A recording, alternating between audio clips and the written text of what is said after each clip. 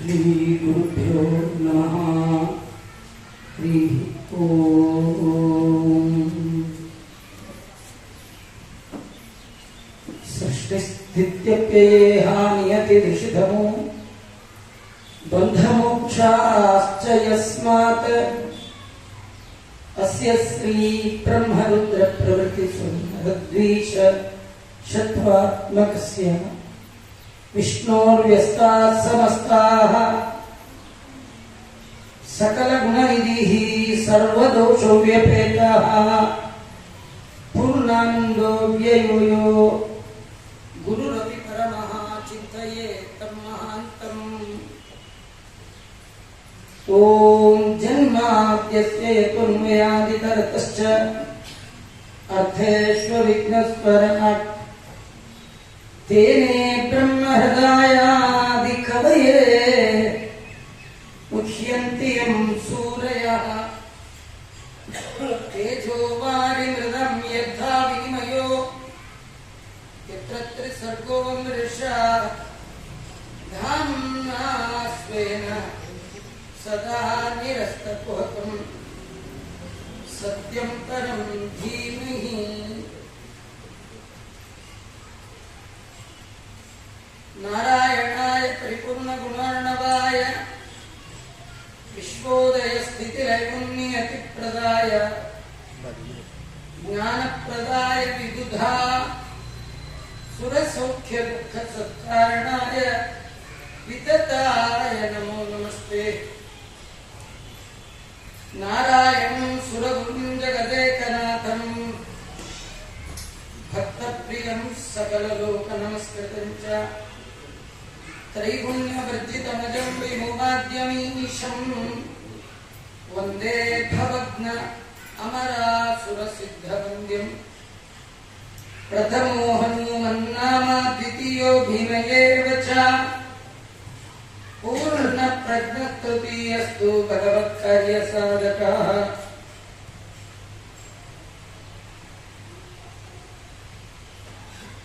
भवति यदनुभावाद्यडमु कोऽपि वाग्मी जडमतिरपि जन्तुर्जायते प्राज्ञमौलिः।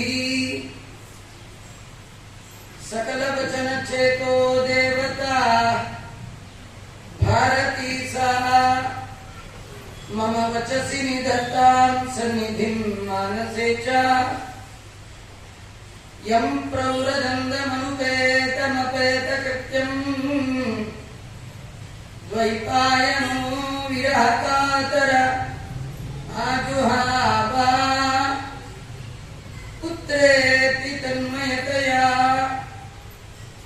तरवोऽपि नेदुः तं सर्वभूतहृदयं मुनिमानतोऽस्मि। नमो वस्तात्विका देवाः विष्णुभक्तिपरायणाः धर्ममार्गे प्रेरयन्तु भवन्तः सर्व एव हि। मुकोऽपि यत्प्रसादेन मुकुन्दशयनायते राजराजायते रिक्तो राघवेन्द्रं तमाश्रये।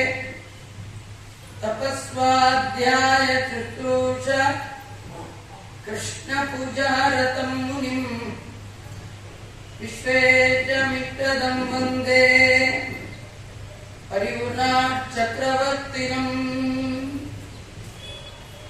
आपादमौलिपर्यन्तं गुरूणाम् आकृतिं स्मरेत् तेन विघ्नाः प्रणश्यन्ति सिद्ध्यन्ति च मनोरथाः।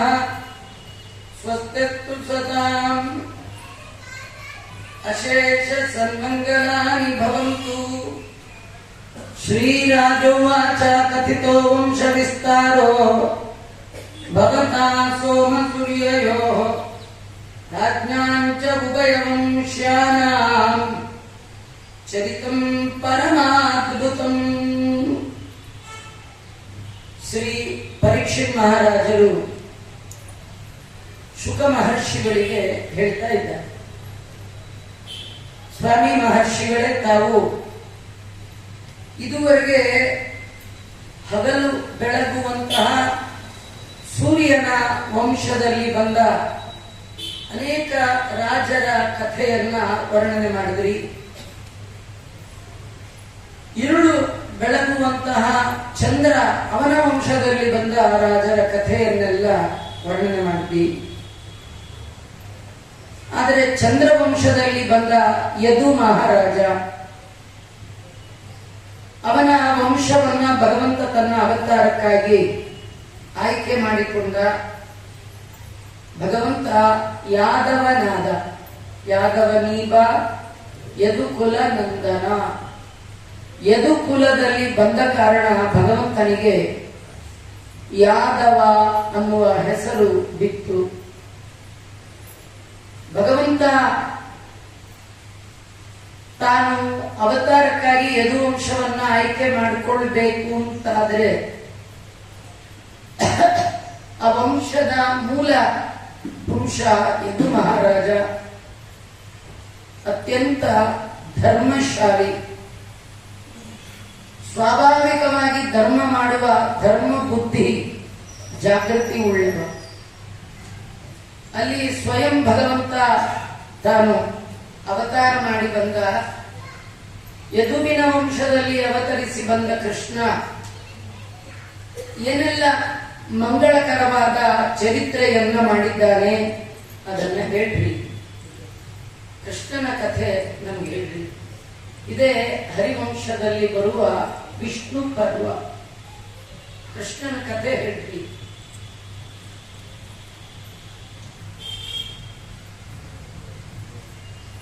ದೇವರ ಕಥೆ ಕೇಳಬೇಕು ಅನ್ನೋ ಬುದ್ಧಿ ಯಾರಿಗೆ ಬರುತ್ತೆ? ಗಂಗಾವತಿಲಿರೋ ಎಲ್ಲರಿಗೆ ದೇವರ ಕಥೆ ಕೇಳಬೇಕು ಅನ್ನೋ ಬುದ್ಧಿ ಬರಲ್ಲ. ಬ್ರಾಹ್ಮಣರಿಗೆ ಬರ, ಇನ್ನೆಲ್ಲರಿಗೂ ಎಲ್ಲಿಂದ ಬರುತ್ತೆ? ನಿಜವಾಗಿ ಯಾರಿಗೆ ದೇವರ ಕಥೆಯಲ್ಲಿ ಇಂಟ್ರೆಸ್ಟ್ ಬರುತ್ತೆ ಅಂದ್ರೆ, ಜೀವನದಲ್ಲಿ ಯಾರಿಗೆ ಬೇಕುಗಳು ಅಂತ ಇಲ್ಲ ಅವರಿಗೆ ದೇವರ ಕಥೆ ಬೇಕಾಗತ್ತೆ. ಯಾರಿಗೆ ಜೀವನದಲ್ಲಿ ಇನ್ನೂ ಅದು ಬೇಕು, ಇದು ಬೇಕು, ಇದು ಬೇಕು, ಬರೀ ಆಸೆ ಆಸೆ ಆಸೆ, ಅಷ್ಟು ದೊರಕಿದರೂ ಮತ್ತಷ್ಟರ ಆಸೆ, ಕಷ್ಟ ಬೇಡೆಂಬಾಸೆ, ಕಡು ಸುಖವ ಕಾಂಬಾಸೆ, ನಷ್ಟ ಜೀವನದ ಆಸೆ. ಯಾವಾಗಲೂ ಯಾರಿಗೆ ಆಸೆ ಇದೆ ಅವರಿಗೆ ದೇವರ ಕಥೆ ಕೇಳಬೇಕು ಅನ್ನೋ ಆಸೆಯೇ ಹುಟ್ಟಲ್ಲ. ನಿವೃತ್ತ ತರ್ಷೈ, ತರ್ಷೆ ಹಸಿವು ಅಥವಾ ಬಾಯಾರಿಕೆ. ಯಾರಿಗೆ ಬೇಕು ಅನ್ನುವ ಬಾಯಾರಿಕೆ ಇದೆ ಅವರಿಗೆ ದೇವರ ಕಥೆ ಹಿಡಿಸಲ್ಲ. ಯಾಕಂದ್ರೆ ಬೇಕು ಬೇಕು ಬೇಕು ಅನ್ನೋದೊಂದು ದೊಡ್ಡ ರೋಗ. ರೋಗ ಇದ್ದವ್ರಿಗೆ ಎಂತ ಟೇಸ್ಟ್ ರಸ ಸಾರು ಮಾಡಿದ್ರು ರುಚಿ ಇಲ್ಲ. ಯಾಕೆ? ಸಾರಿನ ಪ್ರಾಬ್ಲಮ್ ಅಲ್ಲ, ಇವನ್ ನಾಲಿಗೆ ಅದೇ ಪ್ರಾಬ್ಲಮ್. ಅದು ರೋಗಗ್ರಸ್ತ ನಾಲಿಗೆ. ರೋಗ ಇರುವ ವ್ಯಕ್ತಿಯ ನಾಲಿಗೆಗೆ ನಿಜವಾದ ರಸ ಅನುಭವಕ್ಕೆ ಹೇಗೆ ಬರಲ್ವೋ, ಸಂಸಾರದ ಒಳಗೆ ಬೇಕು ಬೇಕು ಬೇಕು ಬೇಕು ರೋಗ ಇರುವ ವ್ಯಕ್ತಿಗೆ ಭಗವಂತನ ಕತೆ ಬೇಕಂತ ಅನ್ಸಲ್ಲ. ದೇವರ ಕತೆ ನಿಮ್ಗೆ ಬೇಕು ಅಂತ ಅನ್ನಿಸ್ಬೇಕಾದ್ರೆ ಜೀವನದಲ್ಲಿ ಮೊದಲು ಬೇಕುಗಳನ್ನ ಸಾಕು ಮಾಡ್ಕೊಳ್ಬೇಕು. ಸಾಕಪ್ಪ ಸಾಕು, ನಿಮಿತ್ತ ಸೌಭಾಗ್ಯ ನಿಬಿಡವಾಗಿದೆ ಎನಗೆ, ಏನ ಬೇಡಲಿ ನಿನ್ನ ಬಳಿಗೆ ಬಂದು. ಭಗವಂತ ಏನ್ ಕೇಳಲಿ ನಿನ್ನ ಹತ್ರ? ಮನೆ ಕೊಟ್ಟಿದ್ಯಾ, ಒಳ್ಳೆ ಹೆಂಡತಿ ಕೊಟ್ಟಿದ್ಯಾ, ಒಳ್ಳೆ ಗಂಡ, ಒಳ್ಳೆ ಮಕ್ಕಳು, ತಿಂಡಿ ಕುಣ್ಲಿಕ್ಕೆ ಕೊಟ್ಟಿದ್ಯಾ. ನಮ್ಗೆ ಯಾಕೆ ಜೀವನದಲ್ಲಿ ನೆಮ್ಮದಿ ಇಲ್ಲ ಗೊತ್ತಾ? ನಾವು ದೇವರು ಕೊಟ್ಟದ್ರಲ್ಲಿ ನೆಮ್ಮದಿ ಹುಡುಕಲ್ಲ, ನಮ್ಮನ್ನ ಇನ್ನೊಬ್ಬರ ಜೊತೆಗೆ ಕಂಪೇರ್ ಮಾಡ್ಕೊಳ್ತೀವಿ. ಕೆಲವ್ರಂತ ನೀವು ಇದೀರಿ, ಪಕ್ಕದ ಮನೆಯವ್ರು ನೋಡಿ ಹೇಗೆ ಮನೆ ಮೇಲೆ ಮನೆ ಮನೆ ಮೇಲೆ ನಿನ್ನನ್ನು ಕಟ್ಕೊಂಡು ನಂಗೆ ಸಾಕಾಯ್ತು. ನಾವು ಇನ್ನೊಬ್ಬರ ಆಸ್ತಿಯನ್ನ, ಇನ್ನೊಬ್ಬರ ಅಂತಸ್ತನ್ನ ನೋಡಿ ನಮಗ ಅಷ್ಟಿಲ್ವಲ್ಲ ಅಂತ ಕೊರಗು, ಇಲ್ಲೇ ಇಲ್ಲಲ್ಲ ಅಂತ ಕೊರಗಿಲ್ಲ. ದೇವರು ಎಲ್ಲರಿಗೆ ಎಲ್ಲವನ್ನು ಒಂದೇ ಲೆವೆಲ್ ಕೊಟ್ಟಿಲ್ಲ, ಅವರವ್ರ ಯೋಗ್ಯತೆ ತಕ್ಕಂತೆ. ಬ್ಯಾಂಕ್ ಬಂದವ್ರಿಗೆಲ್ಲ ಒಂದೇ ರೀತಿ ದುಡ್ಡು ಕೊಡಲ್ಲ. ಅವರು ಬ್ಯಾಂಕಲ್ಲಿ ಎಷ್ಟು ಇಟ್ಟಿದ್ದಾರೆ ಅನ್ನೋದನ್ನ ನೋಡಿ ನೀವು ಕೊಟ್ಟು ಚೆಕ್ ಅನ್ನ ಪಾಸ್ ಮಾಡ್ತಾನೆ ವಿನಃ ಎಷ್ಟಾರು ಚೆಕ್ ಹಾಕಿ ನಾವು ಬಂದವರಲ್ಲೆಲ್ಲ ಸಮ, ನಮ್ಗೊಬ್ರು ಕಂಡ್ರಾಗತ್ತೆ, ಇಲ್ಲ ಬಂದವ್ರಿಗೆಲ್ಲ 5-5 ಲಕ್ಷ ಕೊಟ್ಬಿಡ್ತೀವಿ ನಾವು. ಇನ್ನೊಂದು ಹೇಳ್ತಾರೆ ಹಂಗೆಲ್ಲ ಕೊಡ್ಲಿಕ್ಕೆ ಬರೋದು. ದೇವರು ಎಲ್ಲರಿಗೆ ಎಲ್ಲವನ್ನು ಕೊಡ್ತಾನೆ, ಒಂದೇ ರೀತಿ ಕೊಡೋದು ಅವರವ್ರ ಯೋಗ್ಯತೆ. ದೊಡ್ಡ ಬುಟ್ಟಿ ಒಳಗೆ ಲಾಡು ಇಟ್ಟು ಮನೆ ಯಜಮಾನ ಎಲ್ಲಾರಿಗೆ ಸಮವಾಗಿ ಬಡಿಸ್ಕೊಂಡ್ ಬಾ ಅಂತ ಹೇಳ್ತಾರೆ. ಒಳ್ಳೆ ಹುಡುಗ 10 ಲಾಡು ಹೊಡೆದಾಕ್ತಾನೆ, ಅವನಿಗೂ ಒಂದೇ. 80 ವರ್ಷದ ಮುದುಕ, ಅವನಿಗೂ ಒಂದೇ. 8 ವರ್ಷದ ಮಗು, ಅದಕ್ಕೂ ಒಂದೇ. 8 ತಿಂಗಳ ಮಗು ಹಠ ಮಾಡಿ ಎಲೆ ಹಾಕೋಗಿತ್ತು, ಅದಕ್ಕೂ ಒಂದೇ. ಇದನ್ನು ಸಮ ಅಂತಾರ? ಸಮ ಅಲ್ಲ. ಅವರವರ ಯೋಗ್ಯತೆಗೆ ಅನುಗುಣವಾಗಿ ಬಡಿಸೋದೇ ಸಮ. ಸಮ ಅಂದ್ರೆ ಭೇದ, ಇಕ್ವಾಲಿಟಿ ಅಲ್ಲ. ಎಲ್ಲರಿಗೆ ಒಂದೇ ರೀತಿ ಬಡಿಸೋದು ಸಮ ಅಲ್ಲ. ಅವರವರ ಯೋಗ್ಯತೆಗೆ ತಕ್ಕ ಹಾಗೆ ಬಡಿಸೋದೇ ಎಲ್ಲರಿಗೆ ಸಮ ಹಾಕಿದ್ದೀನಿ. ಸಮ ಅಂದ್ರೆ ಯೋಗ್ಯತೆಗೆ ಅನುಗುಣವಾಗಿ ಕೊಟ್ಟಿದ್ದೇನೆ ಅಂತ ಅರ್ಥ. ನಮ್ಗೆ ಯಾಕೆ ಕೊಟ್ಟಿದ್ರು ಸಂತೋಷ ಆಗ್ತಾ ಇಲ್ಲ ಅಂದ್ರೆ ಇನ್ನೊಬ್ರು ನೋಡಿ ಹೊಟ್ಟೆ ಕಿಚ್ಚು ಪಡ್ತಾರೆ. ಇನ್ನೊಬ್ರು ನೋಡಿ ಹೊಟ್ಟೆ ಕಿಚ್ಚು ಪಡೋದಕ್ಕಿಂತ ನಮಗಿಂತ ಕಡಿಮೆ ಯಾರಿಗಿದೆ ಅವ್ರು ನೋಡಿ ಸದ್ಯ ದೇವರು ನಮಗೊಂದು ವಾಸಕ್ಕಾದ್ರೂ ಮನೆ ಕೊಟ್ಟನಲ್ಲ. ಎಷ್ಟೋ ಜನಕ್ಕೆ ಮದುವೆ ಆಗಿಲ್ಲ, ಏನೋ ಸ್ವಲ್ಪ ಜಗಳ ಆಡಿದ್ರು ಪರವಾಗಿಲ್ಲ, ನಂಗೊಂದು ಹೆಂಡತಿ ಅಂತನಾದ್ರು ಇದ್ದಾಳಲ್ಲ, ಸಂತೋಷ ಪಡ್ಬೇಕು. ಆ ಹೆಂಡತಿ ಮುಂದೆ ನೀನು 24 ಗಂಟೆ ಜಗಳ ಆಡ್ತಿದ್ಯಾ, ಆ ಪಕ್ಕದ ಮನೆಯವ್ಳು ನೋಡುದು, ಅವಳು ನೋಡಿದ್ರೆ ನಂಗೆ ಎಷ್ಟು ಸಂತೋಷ. ಇನ್ನೊಬ್ರು ನೋಡಿ ಸಂತೋಷ ಪಡೋದು, ಅವ್ಳಿಗಿನ್ನೂ ಸಿಟ್ಟು ಅಲ್ವಾ? ಹಾಗಾದ್ರೆ ದೇವರು ಕೊಟ್ಟದ್ರಲ್ಲಿ ತೃಪ್ತಿ ಪಡಬೇಕು. ತೃಷೆ ಬೇಕು ಅನ್ನುವ ಬಯಕೆ ಕಡಿಮೆ ಆಗಬೇಕು. ಅವರಿಗೆ ದೇವರ ಕತೆ ಬಹಳ ಹಿಡಿಸತ್ತಂತೆ. ದೇವರ ಕತೆ ಜೀವನದಲ್ಲಿ ಬೇಡ, ಸಾಕು, ನನ್ನ ದೇವರ ಕತೆ ಬೇಡ. ಯಾರಂತಾನೆ ಅಂದ್ರೆ ದೇವರು ಮಾಡಿದ ಉಪಕಾರವನ್ನ ಮರೆತವ ಮಾತ್ರ ದೇವರ ಕತೆ ಹೇಳಬೇಡ ಅಂತ. ಯಾರಿಗೆ ದೇವರು ಮಾಡಿದ ಉಪಕಾರ ಯಾವಾಗಲೂ ನೆನಪಲ್ಲೇ ಇರುತ್ತೆ, ಅವನು ದೇವರ ಕಥೆನ ಎಂದೂ ಬೇಡ ಅನ್ನಲ್ಲ. ನೀವು ನೋಡಿ, ಒಂದು ಉದಾಹರಣೆ ಹೇಳಿರ್ತೀನಿ. ನಾನು ಎಲ್ಲಾ ಕಡೆ ಈ ಉದಾಹರಣೆ ಹೇಳ್ತೇನೆ. ಬೆಳಗಾದ ತಕ್ಷಣ ನಾವೆಲ್ಲ ಮಾಡೋದೇನ್ ಕೆಲಸ? ಹಲ್ಲು ಉಜ್ಜಬೇಕ ಬೇಡ? ಏನಾದ್ರೂ ದೇವರು ನಿಮಗೆ ಇಲ್ಲಿಂದ ಇಲ್ಲಿವರೆಗೂ ಒಂದೇ ಮೂಳೆ ಕೊಟ್ಬಿಟ್ಟಿದ್ರೆ, ಈ ಜಾಯಿಂಟ್ಸ್ ಇಲ್ಲ ಅಂತ ಆಗಿದ್ರೆ, ಇಲ್ಲಿಂದ ಇಲ್ಲಿವರೆಗೂ ಒಂದೇ ಮೂಳೆ ಇದ್ರೆ ಹಲ್ಲು ಹೇಗೆ ಉಜ್ಜುತ್ತಾ ಇದ್ರಿ? ನೀವು ಉಜ್ಜಕ್ಕಾಗಲ್ಲ. ನೀವು ಹೇಳುವಾಗ ಇನ್ನೊಬ್ಬರನ್ನ ಏಳಿಸ್ಬೇಕು. ಅವ್ರಿಗೆ ಹೇಳ್ಬೇಕು, ನಿಮ್ಮ ಹಲ್ಲು ನಾವು ಉಜ್ಜುತ್ತೀನಿ, ನನ್ನ ನೀವು ಪಕ್ಕಕ್ಕೆ ನಿಂತ್ಕೊಳ್ಳಿ ಅಂತ ಹೇಳಿ. ಇದೇನೋ ಪರವಾಗಿಲ್ಲ ರೀ. ಊಟ ಹೇಗೆ ಮಾಡ್ತಿದ್ರಿ? ಅದ್ರೊಳಗೂ ಮಡಿ ಊಟ ಹೇಗೆ ಮಾಡ್ತಿದ್ರಿ? ಅಲ್ಲ, ಅಷ್ಟು ಒಳ್ಳೆ ಜಾಯಿಂಟ್ ಕೊಟ್ಟಿದ್ದಾರೆ ದೇವರು ನಮಗೆ. ದೇವರು ಮಾಡಿದ ಉಪಕಾರವನ್ನ ಯಾರು ಯಾವಾಗಲೂ ನೆನ್ಪಿಟ್ಕೊಂಡಿರ್ತಾನೆ ಅವನು ಮಾತ್ರ ದೇವರ ಕಥೆ ಅಂದ್ರೆ ಓಡೋಡಿ ಬರ್ತಾನೆ. ಅವನು ಎಷ್ಟೇ ಹೊತ್ತಾದ್ರೂ ಸಾಕು ನಿಲ್ಲಿಸಿ ಕೇಳಿ ಸಾಕಾಯ್ತು ಅಂತ ಅನ್ನೋಲ್ಲ. ಹಾಗಾದ್ರೆ ದೇವರು ಮಾಡಿದ ಉಪಕಾರವನ್ನ ಮರಿಬಾರದು. ಮಗಳ ಮದುವೆ ಫಿಕ್ಸ್ ಆಗಿತ್ತು, ಒಂದೇ ಒಂದು ವಾರ ಇದೆ ಮದುವೆಗೆ. ಹೆಣ್ಣಿನ ತಂದೆಗೆ ಯಾವುದೋ ಲಕ್ಷಾಂತರ ರೂಪಾಯಿ ದುಡ್ಡು ಬರಬೇಕಿತ್ತು.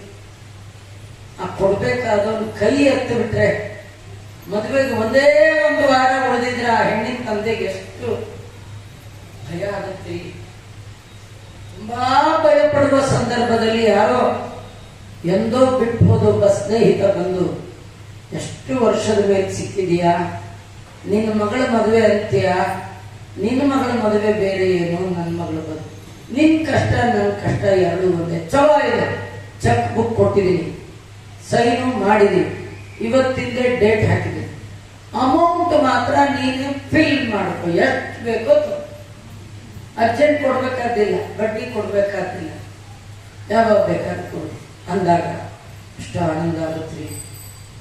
ತನಗೆ ಎಷ್ಟು ಬೇಕೋ ಅಷ್ಟು ದುಡ್ಡನ್ನ ತೆಗೆದುಕೊಂಡು ಮಗಳ ಮದುವೆ ಮಾಡಿ 2 ತಿಂಗಳಾದ ತಕ್ಷಣ ಅವನು ಬರ್ಬೇಕಾದ ದುಡ್ಡು ಬಂದ್ಬಿಡತ್ತೆ. ಆ ದುಡ್ಡೆಲ್ಲ ಇಟ್ಕೊಂಡು ವಿಳ್ಳೆದೆಲೆ ಹೂವು ಹಣ್ಣು ಎಲ್ಲ ಇಟ್ಕೊಂಡು ಆ ಸ್ನೇಹಿತರ ಏನು ಸಾಲ ತಗೊಂಡಿದ್ದ ಅದನ್ನು ಮರಳಿ ಅವನಿಗೆ ಕೊಡ್ತಾನೋ ಇಲ್ಲ, ಕೊಟ್ಬಿಡ್ತಾರಲ್ಲ. ಸಾಲ ಕೊಟ್ಟ ಮೇಲೆ 1 ವಾರ ಆದ್ಮೇಲೆ ನಿಮಗೆ ಹೆಲ್ಪ್ ಮಾಡಿದ ಆ ಸ್ನೇಹಿತ ಸಿಕ್ಕರೆ ನೀವು ಅವನ್ನ ಮಾತಾಡಿಸ್ತೀರಾ ಇಲ್ವಾ? ಮಾತಾಡಿಸ್ತೀರಾ ಇಲ್ಲ? ಅವನಂತಾನೆ, ಏನ್ರಿ ನಾ ಕೊಟ್ಟಿದ್ದೆಲ್ಲ ದುಡ್ಡು ಕೊಟ್ರಿ ಇನ್ನೇನು ಅಂತಾನೆ. ನಿಮ್ ಉಪಕಾರ ಮರೆಯೋ ಹಾಗಿಲ್ಲ. 2 ದಿನ ಬಿಟ್ಟು ಸಿಕ್ಕ, ಆಗ್ಲೂ ಇದೇ ವರ್ಡ್ ಹೇಳ್ತೀನಿ. ನೀವು ಬದುಕಿನ ಉದ್ದಕ್ಕೂ ಎಷ್ಟು ಬಾರಿ ನಿಮಗೆ ಸಹಾಯ ಮಾಡಿದವ ಸಿಕ್ಕರೆ ಅವನನ್ನ ಮರೀದೆ ಮಾತಾಡಿಸ್ತೀನಿ ಅಲ್ಲ. ಹಾಗಾದ್ರೆ ದೇವರು ನಿಮ್ಗೆ ಎಷ್ಟು ಸಹಾಯ ಮಾಡಿದನ್ರಿ? ಆಚಾರ್ಯ ಏನ್ ಮಾಡಿದಾನ ಆಚಾರ್ಯ ನೋಡಿ, ನಿಮ್ಮ ಕೈ ಒಂದು ಹಾಳಾಗಿ ಹೋದಿರ್ಲಿ ಅಂತ ಇನ್ನೊಂದು ಸ್ಪೇರ್ ಕೊಟ್ಟಿಲ್ಲ, 1 ಕಿಡ್ನಿ ಹಾಳಾದ್ರೆ ಇರ್ಲಿ ಅಂತ ಇನ್ನೊಂದು ಕಿಡ್ನಿ ಕೊಟ್ಟಿಲ್ಲ. ಎಷ್ಟೋ ಬಾರಿ ಮಲಗಿರ್ತೀರಿ, ಬೆಳಗ್ಗೆ ಏಳುವಾಗ ಒಂದು ಮೂಗಿಂದು ಕಟ್ಟುಬಿಟ್ಟಿರುತ್ತೆ, ಉಸಿರಾಡಕ್ಕೆ. ಅದಕ್ಕೆ ದೇವರು ಇಂಥ ಪರಿಸ್ಥಿತಿ ಬಂದಾಗ ಇನ್ನೊಂದು ಹೋಲ್ ಕೊಡ್ತೀನಿ ಅಂತ ಇನ್ನೊಂದು ಮೂಗಿನ ಹೊರಳೆ ಕೊಟ್ಟ. ಏನಾದ್ರೂ ಒಂದೇ ಕೊಟ್ಟಿದ್ರೆ ಏನ್ ಮಾಡ್ಬೇಕಿತ್ತು? ಎಷ್ಟು ಕಷ್ಟ ಆಗುತ್ತೆ. 2 ಕಾಲು, 2 ಕಣ್ಣು, 2 ಕೈ, 2 ಕಿವಿ ಎಲ್ಲ ಡಬಲ್ ಡಬಲ್ ಡಬಲ್ ಕೊಟ್ಟಿದ್ದಾನೆ. ಏನು ಕರುಣಾನಿಧಿ ಹೋಗಿ. ಇದೆಲ್ಲ ಇರುವ ತನಕ ಇದರ ವ್ಯಾಲ್ಯೂ ನಮಗೆ ಗೊತ್ತೇ ಆಗಲ್ಲ. ಕಣ್ಣಿನ ಬೆಲೆ ಗೊತ್ತಾಗೋದೆ ಕಣ್ಣು ಹೋದ್ಮೇಲೆ ಅಲ್ಲ. ಕಿಡ್ನಿ ಬೆಲೆ ಗೊತ್ತಾಗೋದು ಕಿಡ್ನಿ ಫೇಲ್ ಆದ್ಮೇಲೆ. ಒಂದೊಂದು ರಕ್ತದ ಹನಿಯ ಬೆಲೆ ರಕ್ತ ಬೇಕು ಅಂತ ಅದಾಗ್ಲೇ. ಒಂದೊಂದು ಬಾರಿಯ ಉಸಿರಾಟದ ಬೆಲೆ ಉಸಿರಿನಲ್ಲಿ ಏರ್ಪೇರಾಗಿ ಆಕ್ಸಿಜನ್ ಹಾಕದಾಗ್ಲೇ ಗೊತ್ತಾಗ್ತದೆ.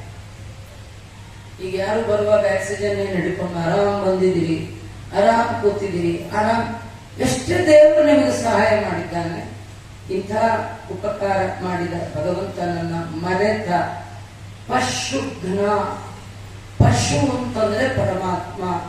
ಯಾಕಂದ್ರೆ ಸುಖ ಕೊಟ್ಟು ರಕ್ಷಣೆ ಮಾಡ್ತಾ ಇದ್ದಾನೆ. ಎಲ್ಲೋ ಇದ್ದ ಜೀವರನ್ನ ಎಲ್ಲಿಗೋ ತಂದು ಸೃಷ್ಟಿ ಅಂತ ಕೊಟ್ಟು, ಸಾಧನೆಗೆ ಅಂತ ಶರೀರ ಕೊಟ್ಟು, ಶರೀರದ ಒಳಗೆ ಇಡಬೇಕಾದ ಇಂದ್ರಿಯ ಎಲ್ಲ ಇಟ್ಟು, ಇಂದ್ರಿಯದ ಒಳಗೆ ಪಾಠವ.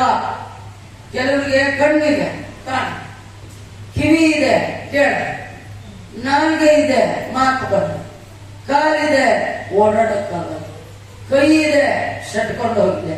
ಏನ ಎಲ್ಲಾ ಇಂದ್ರಿಯಗಳನ್ನ ಇಟ್ಟು ಅದರಿಗೆ ಶಕ್ತಿ ತುಂಬಿದ ಆ ಭಗವಂತನನ್ನ ಮರಿಬಾರದು. ಈ ಎಲ್ಲ ಕೊಟ್ಟ ಭಗವಂತನ ಕಥೆಯೇ ಭಾಗವತ. ಯಾರಿಗೆ ದೇವರು ಮಾಡಿದ ಉಪಕಾರದ ಸ್ಮರಣೆ ನೆನಪಿದೆ ಅವರು ಮಾತ್ರ ಮತ್ತೆ ಮತ್ತೆ ಕೇಳಲಿಕ್ಕೆ ಯೋಗ್ಯವಾದ ಕಥೆ ಶ್ರೀಮದ್ ಭಾಗವತ. ಇಂಥ ಭಾಗವತದ ಕಥೆಯನ್ನ ನಮ್ಗೆ ಹೇಳ್ರಿ ಅಂತ ಕೇಳ್ತಾ ಇದ್ದ. ಮತ್ತೆ ಪರೀಕ್ಷಿತ ಮಹಾರಾಜ ಶುಕಾಚಾರ್ಯರಲ್ಲಿ ಮತ್ತೊಂದು ಮಾತನ್ನ ಹೇಳ್ತಾ ಇದ್ದಾನೆ. ಪಿತಾಮಹಾಮೇ ಸಮರೇ ಮನಂಜಯೈ ದೇವವ್ರತದ್ಯಾ ಅತಿತರೈ ಸ್ತಿಂಗಿಲೈ ಕೌರವ ಸೈನ್ಯ ಸಾಗರಂ ಕೃತ್ವಾ ತರನ್ ವತ್ಸ ಪದಂ ಸ್ಮಯತ್ ಪ್ಲವಾ. ನಮ್ಮ ತಾತಂದಿರು, ಇದು ಪರೀಕ್ಷಿತ ಮಹಾರಾಜನಿಗೆ ಶುಕಾಚಾರ್ಯರು ಹೇಳ್ತಾ ಇದ್ದಾರೆ, ರಾಜ ನಿಮ್ಮ ತಾತಂದಿರು, ನಿಮ್ಮ ತಂದೆ ಅಭಿಮನ್ಯು, ಅವರಪ್ಪ ಯಾರು? ಅರ್ಜುನ. ತಾತ ಅಂದ್ರೆ ಯಾರಾಗ್ಬೇಕು? ಅರ್ಜುನ. ತಾತಂದ್ರು ಅಂದ್ರೆ ಪಾಂಡವರು. ನಿಮ್ಮ ತಾತಂದ್ರು ಕುರುಕ್ಷೇತ್ರದ ಒಳಗೆ ಮಹಾಬಲಿಷ್ಠವಾದ ಕೌರವರ ಸೇನೆಯನ್ನ ಬಡಿದು ಹಾಕಿಬಿಡ್ತು. ಆ ಸೇನೆಯ ಮುಂಚೂಣಿಯಲ್ಲಿ ನಿಂತವರು ಅತಿರಥ ಮಹಾರಥರು. ಯಾರು? ಭೀಷ್ಮಾಚಾರ್ಯರು, ದ್ರೋಣಾಚಾರ್ಯರು, ಶಲ್ಯಾಚಾರ್ಯರು, ಕೃಪಾಚಾರ್ಯರು. ಫ್ರಂಟ್ ರೋನಲ್ಲಿ ಇದ್ದವರೆಲ್ಲ ಬರೀ ಆಚಾರಗಳೇ. ಅವತ್ತಿಂದು ಆಚಾರಗಳಲ್ಲೇ ಫೈಟಿಂಗ್. ಕುರುಕ್ಷೇತ್ರದ ಮೊದಲ ಸಾಲಿನಲ್ಲಿ ನಿಂತವರು ಯಾರು? ರಾವ್, ಸಿಕ್, ಸಿಂಗ್ ಕೇಳಿದಿರ? ಬರೀ ಆಚಾರ. ಭೀಷ್ಮಾಚಾರ್ಯ, ದ್ರೋಣಾಚಾರ್ಯ, ಶಲ್ಯಾಚಾರ್ಯ, ಕೃಪಾಚಾರ್ಯ, ಅಶ್ವತ್ಥಾಮಾಚಾರ್ಯ, ಎಲ್ಲ ಆಚಾರ. ಎಲ್ಲ ಸಾಮಾನ್ಯ ಆರ್ಡಿನರಿ ಆಚಾರ್ಯಗಳಲ್ಲರಿ. ದೇವತೆಗಳೇ ಬಂದರೂ ಕೂಡ ತಮ್ಮ ಸಾಮರ್ಥ್ಯದಿಂದ ಹಿಮ್ಮೆಟ್ಟಿಸುವಂತ ಶಕ್ತಿ ಉಳ್ಳ ಬ್ರಾಹ್ಮಣ ಸೈನಿಕರು. ಅಂತಹ ವ್ಯಕ್ತಿಗಳ ಮೇಲೆ ಯುದ್ಧವನ್ನ ಮಾಡಿ ಬದುಕುವ ಸಾಧ್ಯತೆಯೇ ಇಲ್ಲ. ಯಾಕಂದ್ರೆ ಭೀಷ್ಮಾಚಾರ್ಯರಿಗೆ ಸಾವು ಬರ್ಬೇಕಾದ್ರೆ ಪರ್ಮಿಷನ್ ತಗೊಂಡು ಬರ್ಬೇಕು. ಬರ್ಬೋದ ಆಚಾರ್ಯ? ಕೇಳ್ಬೇಕು. ಅವ್ರು ಬರಬೇಡ ಅಂದ್ರೆ ಬರೋ ಆಗಿಲ್ಲ. ಕೆಲವರು ಚಿರಂಜೀವಿಗಳು. ಅಶ್ವತ್ಥಾಮಾಚಾರ್ಯ ಸಾವೇ ಇದು. ಕೃಪಾಚಾರ್ಯರು ಚಿರಂಜೀವಿಗಳು, ಸಾವೇ. ಕೆಲವರಿಗೆ ಸಾವಿಲ್ಲ, ಕೆಲವರಿಗೆ ಇಚ್ಛಾಮರಣಿಗಳು. ಇನ್ನೊಬ್ಬ ಆಚಾರ್ಯ ಇದ್ರು, ದ್ರೋಣಾಚಾರ್ಯ. ಅವ್ರ ವಿಚಿತ್ರ ಏನ್ ಗೊತ್ತಾ? ಅವ್ರ ಕೈಯೊಳಗೆ ಎಲ್ಲಿವರೆಗೂ ಬಿಲ್ ಹಿಡ್ಕೊಂಡಿರ್ತಾರೆ ಅಲ್ಲಿವರೆಗೂ ಸಾವೇ ಬರಲ್ಲ. ಅವ್ರಾಗವ್ರೆ ಬೇಡ ಅಂತ ಬ್ಯಾಟ್ ಬಿಸಾಕಿದ್ರೆ ಬೋಲ್ಡ್ ಆಗ. ಬ್ಯಾಟ್ ಯಾರು ಬಿಸಾಕ್ತಾರೆ? ಸ್ಪಿರಿಟ್ ಅಲ್ಲಿರುವ ಯಾರು ಬಿಸಾಕ್ತಾರೆ? ಯುದ್ಧ ಮಾಡುವಾಗ ಕೈಯಲ್ಲಿರುವ ಬಿಲ್ ಅನ್ನ ಯಾರು ಬಿಸಾಕ್ತಾರೆ? ಇವರು ಬಿಲ್ ಬಿಸಾಕುವಂಗಿಲ್ಲ, ಸಾವು ಬರೋ. ಇಂತಹ ಅತಿರಥ ಮಹಾರಥರನ್ನ ಪಾಂಡವರು ಅನಾಯಾಸವಾಗಿ ದಾಟಿಬಿಟ್ರೆ 18 ದಿನ. ಒಬ್ಬ ಪಾಂಡವನ ಒಂದು ಕೂದಲು ಕೂಡ ಕಟ್ಟಾಗಲಿಲ್ಲ. ಕಟ್ಟಾಗಲಿಲ್ಲ ಅಲ್ಲ, ದೇವರು ಕಟ್ಟಾಗಲಿಕ್ಕೆ ಬಿಡ್ಲಿಲ್ಲ. ಯಾಕಂದ್ರೆ ಆ ಪಾಂಡವರು ಭಗವಂತನ 2 ಪಾದಗಳನ್ನ ದೋಣಿಯಂತೆ ನಂಬಿ ಆ ದೋಣಿಯ ಒಳಗೆ ಕೂತು ಅಪಾರವಾದ ಕೌರವರ ಸೇನೆ ಅನ್ನುವ ಸಾಗರವನ್ನ ಅನಾಯಾಸವಾಗಿದ್ದಾರೆ.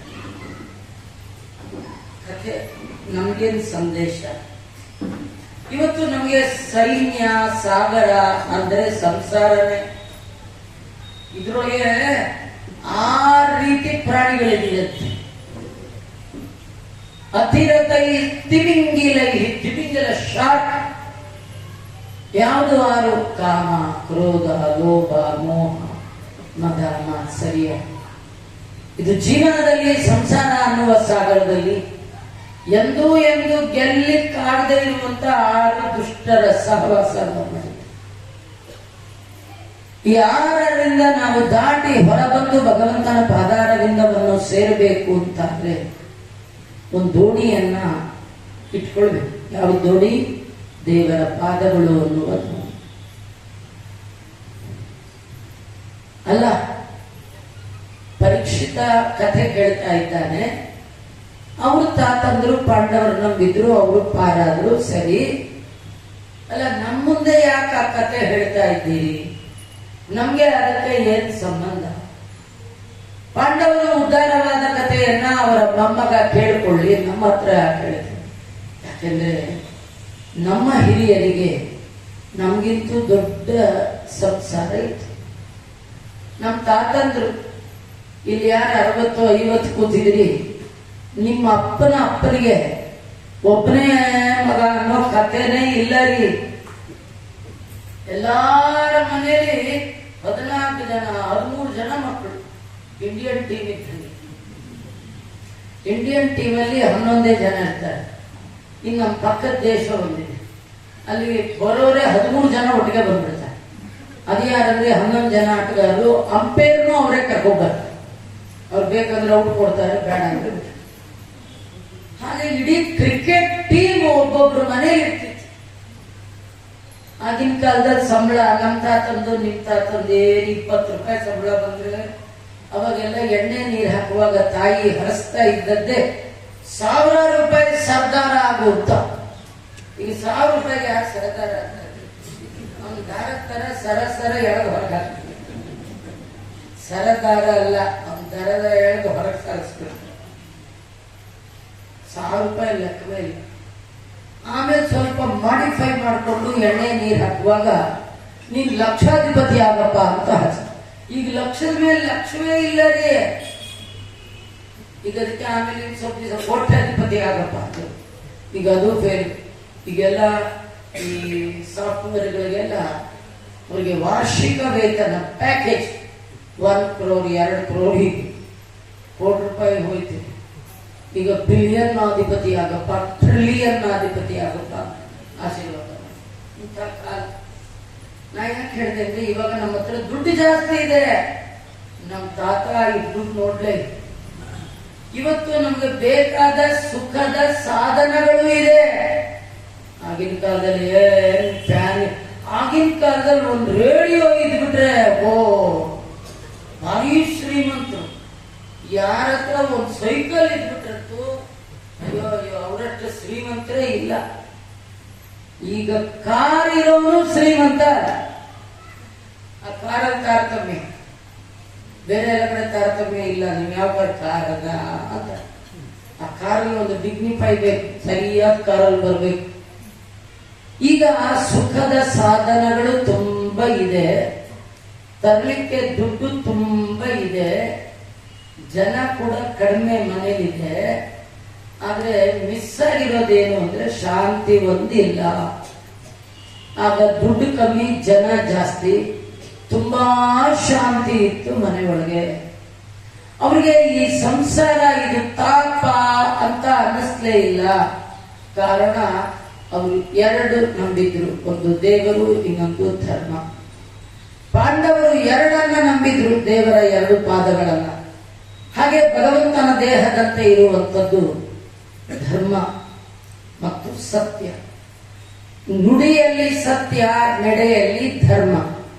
ಸತ್ಯದ ನುಡಿ, ಧರ್ಮದ ನಡೆ ಹಿಂದಿನ ಕಾಲದವರ ಆಸ್ತಿ.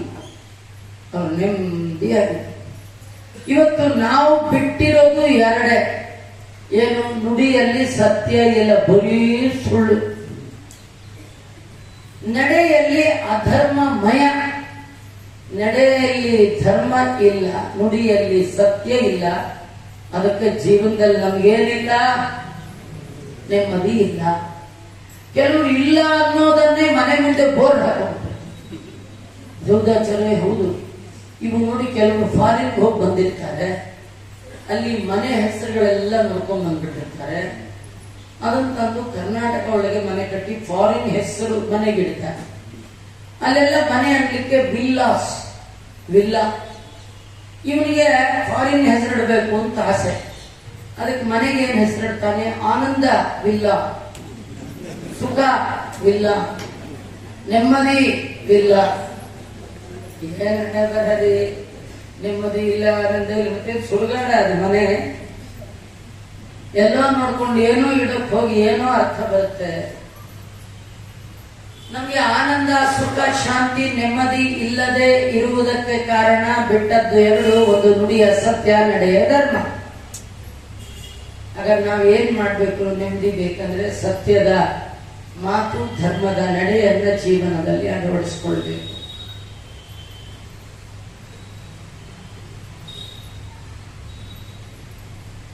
ಪರೀಕ್ಷಿತ ಹೇಳ್ತಾನೆ, ದೇವರು ನಮ್ಮ ಹಿರಿಯನನ್ನು ರಕ್ಷಣೆ ಮಾಡಿದ್ದು ಮಾತ್ರ ಅಲ್ಲ, ತಾಯಿಯ ಗರ್ಭದಲ್ಲಿರುವ ಪ್ರಸಂಗದಲ್ಲಿಯೂ ಕೂಡ ಭಗವಂತ ನನ್ನ ರಕ್ಷಣೆ ಮಾಡಿದ್ದಾನೆ. ಏನದು? ದ್ರೌಣ್ಯಸ್ತ್ರ ವಿಪ್ಲುಷ್ಟ ವಿದಂ ಮದಂಗಂ ಸಂತಾನ ಬೀಜಂ ಕುರು ಪಾಂಡವಾನ ಜುಗೋಪಕುಕ್ಷಿಂಗತ ಆತ್ರ ಚಕ್ರೋ ಮಾತುಶ್ಚ ಮೇಯ ಶರಣಂಗತಾಯ. 60 ವರ್ಷಗಳ ಕೆಳಗೆ ನಡೆದ ಘಟನೆಯನ್ನ ಪರೀಕ್ಷಿತ ನೆನಪು ಮಾಡಿಕೊಂಡು ಗುರುಗಳ ಮುಂದೆ ಹೇಳ್ತಾನೆ, ಸ್ವಾಮಿ, ನಾನು ನಮ್ಮಮ್ಮನ ಹೊಟ್ಟೆಯಲ್ಲಿದ್ದಾಗ ನಡೆದ ಘಟನೆ ಅಂತ. ಏನು ಆಶ್ಚರ್ಯ! ಅವನು ಅವರಮ್ಮನ ಹೊಟ್ಟೆಯಲ್ಲಿದ್ದಾಗ ನಡೆದ ಎಲ್ಲಾ ಸಂಗತಿಗಳನ್ನ ನೆನಪಿಟ್ಕೊಂಡಿದ್ದ. ನಮ್ಗೆ ನಿನ್ನೆ ಮಾಡಿದ ಅಡುಗೆನೇ ಮರ್ತು ಏನು ಅಡುಗೆ ಮಾಡಿದ್ರೆ ಅಂದ್ರೆ ಇವತ್ತಿಂದ ಹೇಳ್ಬೋದ್ರಿ. ನಾನು ಇವತ್ತಿನ ಕೇಳಲಿಲ್ಲ, ಮೊನ್ನೆ ಸಂಡೇ ಏನ್ ಮಾಡಿದ್ರಿ ಏನಾದ್ರು ನೆನಪಿರುತ್ತಾ? ಇರಲ್ಲ. ನಿನ್ನೆ ಮೊನ್ನೆದೇ ನಮ್ಗೆ ನೆನಪಿಲ್ಲ. ಅಮ್ಮನ ಹೊಟ್ಟೆಯಲ್ಲಿ ಏನಾಯ್ತು ಯಾರಿಗೆ ಗೊತ್ತಿದೆ? ಪರೀಕ್ಷಿತರಿಗೆ 60 ಏಜ್, ಒಂದು ಹೆಂಡತಿ 4 ಮಕ್ಕಳು. ಆಗ ಪ್ರಾಯೋಪವೇಶಕ್ಕೆ ಕೂತಿದ್ದು. ಆಗ ಶುಕಾಚಾರ್ಯರು ಬಂದಿದ್ದು. ಆಗ ನೆನಪು ಮಾಡ್ಕೊಂಡು ಹೇಳ್ತಾನೆ, ನಾನು ನಮ್ಮಮ್ಮನ ಹೊಟ್ಟೆಯಲ್ಲಿದ್ದಾಗ ದ್ರೋಣಾಚಾರ್ಯರ ಮಕ್ಕಳಾದ ಅಶ್ವತ್ಥಾಮಾಚಾರ್ಯರು ಪಾಂಡವ ಸಂತತಿಯನ್ನೇ ನಿರ್ಮೂಲನ ಮಾಡುತ್ತೇನೆ ಅಂತ ಹಣವನ್ನು ತೊಟ್ಟಿದ್ದಾರೆ. ಸಿಟ್ಟಿನಿಂದ ಬೆಲ್ಲಿನಲ್ಲಿ ಬಾಣವನ್ನು ಹೂಡಿದ್ದಾರೆ. ಯಾರು? ಅಶ್ವತ್ಥಾಮಾಚಾರ್ಯರು. ಅಶ್ವತ್ಥಾಮಾಚಾರ್ಯ ಅಂತ ಸಾಮಾನ್ಯ ಅಲ್ಲ, ಪ್ರಳಯ ಮಾಡುವ ರುದ್ರದೇವರು. ಬೆಲ್ಲಿ ಎತ್ತಿ ಬಾಣ ಹೂಡಿ ಇನ್ನೇನು ಬಾಣ ಬಿಡ್ಬೇಕ್ರಿ, ಅಷ್ಟೊತ್ತಿಗೆ ಕೃಷ್ಣ ಬಂದೇ ಬಿಟ್ಟ. ಏನಾಚಾರ್ಯ ಎಲ್ಲ ಯುದ್ಧ ಮುಗಿದೋಯ್ತು, ದ್ರೋಣಾಚಾರ್ಯ ಎಲ್ಲ ಹೋಗಾಯ್ತು. ದುರ್ಯೋಧನ ರಣರಂಗದಲ್ಲಿ ಸತ್ತು ಬಿದ್ದಿದ್ದಾನೆ. ಎಲ್ಲಾ ಮುಗಿದ ಮೇಲೆ ಆಚಾರ್ಯ, ನೀವೇನ್ ಬಿಲ್ ತಗೊಂಡು ಎಲ್ಲಿ ವಾಕಿಂಗ್ ಹೊರಟ್ರಿ ಇಂದ. ಕೃಷ್ಣ, ನೀನ್ ಬಾರಿ ನಾಟಕ, ನಿನ್ ನಂತರ ಮಾತಾಡುವ. ನಾನು ಪಾಂಡವರ ಸಂತತಿಯನ್ನೇ ನಿರ್ಮೂಲನ ಮಾಡ್ತೇನೆ. ಆ ಮೂಲಕವಾಗಿ ದುರ್ಯೋಧನನಿಗೆ ಪ್ರೀತಿಯನ್ನು ಉಂಟು ಮಾಡುತ್ತೇನೆ. ಅದಕ್ಕಾಗಿ ಕೈಯಲ್ಲಿ ಬಿಲ್ಲು ಬಾಣ ಧಾರಣೆ ಮಾಡಿದ್ದೇನೆ. ಕೃಷ್ಣ ಅಂದ, ಆಚಾರ್ಯ, ನೀವು ಬಿಲ್ ತಗೊಂಡಾಯ್ತು, ಬಾಣ ಹುಡಿ ಆಯ್ತು, ಪಾಂಡವರ ಮೇಲೆ ಬಿಡ್ತೀನಿ ಅಂತೀನಿ. ಬಿಡಿ, ತಾಕತ್ತಿದ್ರೆ ಉಳ್ಕೋತಾರೆ, ಇಲ್ಲರೂ ಹೋಗ್ತಾರೆ. ಆದ್ರೆ ಅಲ್ಲಿ ಪಾಂಡವರ ವಂಶದ ಒಂದು ಕುಡಿ, ಉತ್ತರಾದೇವಿಯ ಹೊಟ್ಟೆ ಒಳಗೆ ಒಂದು ಮಗು ಇದೆ. ಅದು ಅಭಿಮನ್ಯುವಿನ ಮಗು. ಅದರ ತಂಟೆಗೆ ಮಾತ್ರ ಹೋಗ್ಬೇಡಿ, ಅಲ್ಲಿ ಬಾಣ ಗಿಣ ಬಿಡಬೇಡಿ ಅಂದ್ರೆ ಅಶ್ವತ್ಥಾಮಾಚಾರ್ಯ ಏನ್ ಹೇಳ್ಬೇಕು? ತತ್ರೈವ ಪಾತಯಾಮ್ಯಹಂ ಅಂತ, ಅಲ್ಲೇ ಬಿಡ್ತೀನಿ ಇದು. ಅಲ್ಲ, ಈ ಕೃಷ್ಣನ್ ನಾಟಕ. ಅವ್ರೇನ್ ಕೇಳಿದ್ರ, ಯಾರು ಹೊಟ್ಟೊಳಗೆ ಮಗು ಇದೆ, ಎಲ್ಲಿ ಬಿಡ್ಬೇಕು, ಕೃಷ್ಣ ಹೇಳು, ಏನ ಕೇಳಿದಾರ? ಅವ್ರ ಪಡೆಗೆ ಅವ್ರೆಲ್ಲ ಬಾಣ ಬಿಟ್ಕೊಳ್ತೀವಿ, ಸುಮ್ಮನೆ ಬಿಟ್ಕೋಬೇಡ. ಅವ್ರ ಮನೆ ಇವ್ರು ಗರ್ಭಿಣಿ ಹೇಳ್ತೀವಿ, ನಿಮ್ಗೆ ಯಾಕಿದೆಲ್ಲ ಬೇಕು ಅಂತಾನೆ. ಏನ್ ಬೇಕು ಅಂತ ಕೃಷ್ಣ ಹೇಳ್ತಾನೆ, ತುಂಬಾ ಜನ ನಿಮ್ಮನ್ನ ಪ್ರಳಯ ಕಾಲದ ದೇವರು ಶಿವ ಅಂತ ತಿಳ್ಕೊಂಡಿದ್ದಾರೆ. ನೀವು ಪ್ರಳಯ ಮಾಡೋ ಪ್ರೋಗ್ರಾಂ ಪಕ್ಕಕ್ಕಿಡಿ. ಒಂದು ಮಗುವಿನ ಕೂದಲನ್ನು ಅಲ್ಲಾಡಿಸುವ ಯೋಗ್ಯತೆ ನಿಮಗಿಲ್ಲ. ನಾನು ಅದನ್ನು ಪ್ರೂವ್ ಮಾಡ್ತೇನೆ. ಸರ್ವಶಕ್ತ ನಾನು. ಈ ಜಗದ ಸೃಷ್ಟಿ ನನ್ನಿಂದ, ಸ್ಥಿತಿ ನನ್ನಿಂದ, ಲಯ ನನ್ನಿಂದ. ಜಗತ್ತಿಗೆ ನಡೆಯುವ ಎಲ್ಲ ಕರ್ಮಗಳು ನನ್ನಿಂದ ಅಂತ ತೋರಿಸ್ಲಿಕ್ಕೆ ಅಶ್ವತ್ಥಾಮಾಚಾರ್ಯರಿಗೆ ಹೇಳ್ತಾನೆ, ಉತ್ತರೆ ಗರ್ಭದ ತಂಟೆಗೆ ಮಾತ್ರ ಹೋಗ್ಬೇಡಿ. ಅಶ್ವತ್ಥಾಮಾಚಾರ್ಯ ಅಲ್ಲೇ ಬಿಡ್ತೀನಿ. ಕೃಷ್ಣ ಅಂದ, ಬಿಡಿ, ನಾನು ಹೊಟ್ಟೆಲಿರೋ ಮಗುವಿನಲ್ಲ, ಆ ಮಗುವಿನಿಂದ ಮುಂದೆ ಬರುವ ಅವನ ವಂಶದ 100 ಜನರ ತಲೆಯನ್ನ ನಾನು ಕಾಯ್ತೇನೆ. ಅರ್ಥ ಏನ್ ಗೊತ್ತಾ? ಅನನ್ಯ ಚಿಂತೆಯಂತೋ ಮಾಂ ಯೇ ಜನ ಪರ್ಯುಪಾಸತೆ ತೇಷಾಂ ನಿತ್ಯಾಭಿಯುಕ್ತಾನಾಂ ಯೋಗಕ್ಷೇಮಂ ವಹಾಮ್ಯಹಂ ಅಂತ ವರ್ಣನೆ ಮಾಡ್ತಾರೆ. ಅಶ್ವತ್ಥಾಮಾಚಾರ್ಯರು ಸಿಟ್ಟಿನಿಂದ ಉತ್ತರಾದೇವಿಯ ಗರ್ಭಕ್ಕೆ ಬ್ರಹ್ಮಶಿರೋ ಅಸ್ತ್ರವನ್ನು ಬಿಟ್ಟಿದ್ದಾರೆ. ಬೆಂಕಿಯ ಕಾದ ಕಬ್ಬಿಣದಂತೆ ನೇರವಾಗಿ ಉತ್ತರೆಯ ಗರ್ಭಕ್ಕೆ ಬರ್ತಾ ಇದೆ. ಓ ಅಂತ ಅಳ್ತಾ ಇದ್ದಾರೆ. ಯಾರು ನನಗೆ ಗತಿಯಾಗಿಲ್ಲ ರೀ, ಗಂಡ ಇಲ್ಲ, ಅನಾಥಳು ನೆನಪು ಬಂತು. ಅನಾಥೋ ದೈವ ರಕ್ಷಕ. ಆ ಭಗವಂತನಲ್ಲಿ ಕೃಷ್ಣ ಅಂತಂದು ಕೃಷ್ಣ ಓಡ್ಕೋತ ಬಂದರೆ ಅವ್ನ್ ಏನ್ ಗೊತ್ತಾ, ಬೇಕಾದವ್ರು ಕರೆದ್ರೆ ಎಷ್ಟೇ ಬಿಸಿ ಇದ್ರು ಓಡ್ಕೋತ ಬರ್ತಾನೆ. ಅದೇ ನಮ್ಮಂತವ್ರು ಕರೆದ್ರೆ ಇಲ್ವೇನೋ ಅನ್ನೋ ತರ ಆಡ್ತಿರ್ತಾರೆ. ಮನೇಲೇ ಇಲ್ವೇನೋ. ಈ ಕೆಲವರು ನಿದ್ದೆ ಬರದೆ ಸುಮ್ಮನೆ ಕಣ್ಮುಚ್ಕೊಂಡಿರ್ತಾರೆ. ನಿದ್ದೆ ಏನಿರಲ್ಲ. ನೀವು ಹೆಸರಿಡಿದು 100 ಸತಿ ಕರೀರಿ, ಅವ್ರು ಹೇಳಲ್ಲ. ನಾಟಕ. ಬೇಕಾದವ್ರು ಕರೀಲಿ ಧಮ್ ಅಂತ ಎತ್ಕೋದು. ಈ ಕೃಷ್ಣಂದ ಹಾಗೆ ಉತ್ತರ ಕರೆದದ್ದೇ ನೇರ ಬಂದ. ಏನಂದ? ಕೃಷ್ಣ, ನನ್ನ ಹೊಟ್ಟೆ ಒಳಗೆ ಆಗುವ ವೇದನೆಯನ್ನ ಇನ್ನೊಬ್ಬರಿಗೆ ನಾ ಹೇಗೆ ಹೇಳಿದ್ರೆ ನಿನಗೆ ಮಾತು. ಯಾಕಂದ್ರೆ ಹೊಟ್ಟೆ ಒಳಗೂ ನೀನೇ ಇದೆಯಾ, ನನಗೆ ಎಲ್ಲ ಬೇಕಾ. ದಯಮಾಡಿ ನನ್ನನ್ನು ರಕ್ಷಣೆ ಮಾಡು. ನನಗೆ ಗೊತ್ತಿದ್ದು ಇದು ಬ್ರಾಹ್ಮಣರ ಬಾಣ. ಬ್ರಾಹ್ಮಣರಿಗೆ ಅನ್ಯಾಯ ಆಗೋದು ಬೇಡ. ಆ ಬಾಣಕ್ಕೆ ನಾನು ತುತ್ತಾಗ್ತೇನೆ. ಏನು ತಪ್ಪು ಮಾಡದ ಈ ನನ್ನ ಮಗುವಿನ ರಕ್ಷಣೆಯನ್ನ ನೀನು ಮಾಡುವಂದಾಗ ಅಮ್ಮ ನೀನು ಯೋಚನೆ ಮಾಡಬೇಡ. ನಿನ್ನ ಮಗುವಿನ ರಕ್ಷಣೆಯ ಹೊಣೆ, ಲಯಬಿಲಿಟಿ ನಂದು. ಏನ್ ಮಾಡಿದ್ದ? ಜುಗೋಪ ಕುಕ್ಷಿಂಗತ ಆಪ್ತ ಚಕ್ರ, ಒಂದು ಸಣ್ಣ ರೂಪವನ್ನ ಸ್ವೀಕಾರ ಮಾಡಿ ಕೈಯಲ್ಲಿ ಚಕ್ರವನ್ನ ಹಿಡಿದು ನಮ್ಮಮ್ಮನ ಹೊಟ್ಟೆಯನ್ನ ಪ್ರವೇಶ ಮಾಡಿ ಆ ಚಕ್ರದಿಂದ ಕಾದ ಕಬ್ಬಿಣದಂತಿರುವ ಬಾಣ ನನಗೆ ಸ್ಪರ್ಶ ಆಗುವ ಹಾಗೆ ನನ್ನ ಸುತ್ತ ತಿರುಗಿ ತಿರುಗಿ ನನ್ನನ್ನು ರಕ್ಷಣೆ ಮಾಡಿಬಿಟ್ಟ. ಅಂತಹ ಗರ್ಭದಲ್ಲಿದ್ದಾಗ ರಕ್ಷಣೆ ಮಾಡಿದ ಭಗವಂತನ ಬಗ್ಗೆ ನಾವು ತಿಳ್ಕೊಳ್ಬೇಕು. ದಯಮಾಡಿ ಹೇಳಿ ಕೃಷ್ಣನ ಕಥೆ. ಆಚಾರ್ಯ ಅವನೇನೋ ಅವ್ರ ಅಮ್ಮನ ಹೊಟ್ಟೆಲಿದ್ದಾಗ ದೇವ್ರು ಹೋಗಿ ರಕ್ಷಣೆ ಮಾಡ್ದ, ಬೇಕಾದ್ರೆ ಅವನ ಕತೆ ಕೇಳ್ಕೊಳ್ಳಿ. ನಮ್ಮ ಮುಂದೆ ಯಾಕೆ ಹೇಳ್ತಾ ಇದ್ದೀರಿ? ನಮಗೂ ಅದಕ್ಕೂ ಏನ್ ಸಂಬಂಧ? ಅದೇ ಮುಖ್ಯವಾದ ಕಥೆ.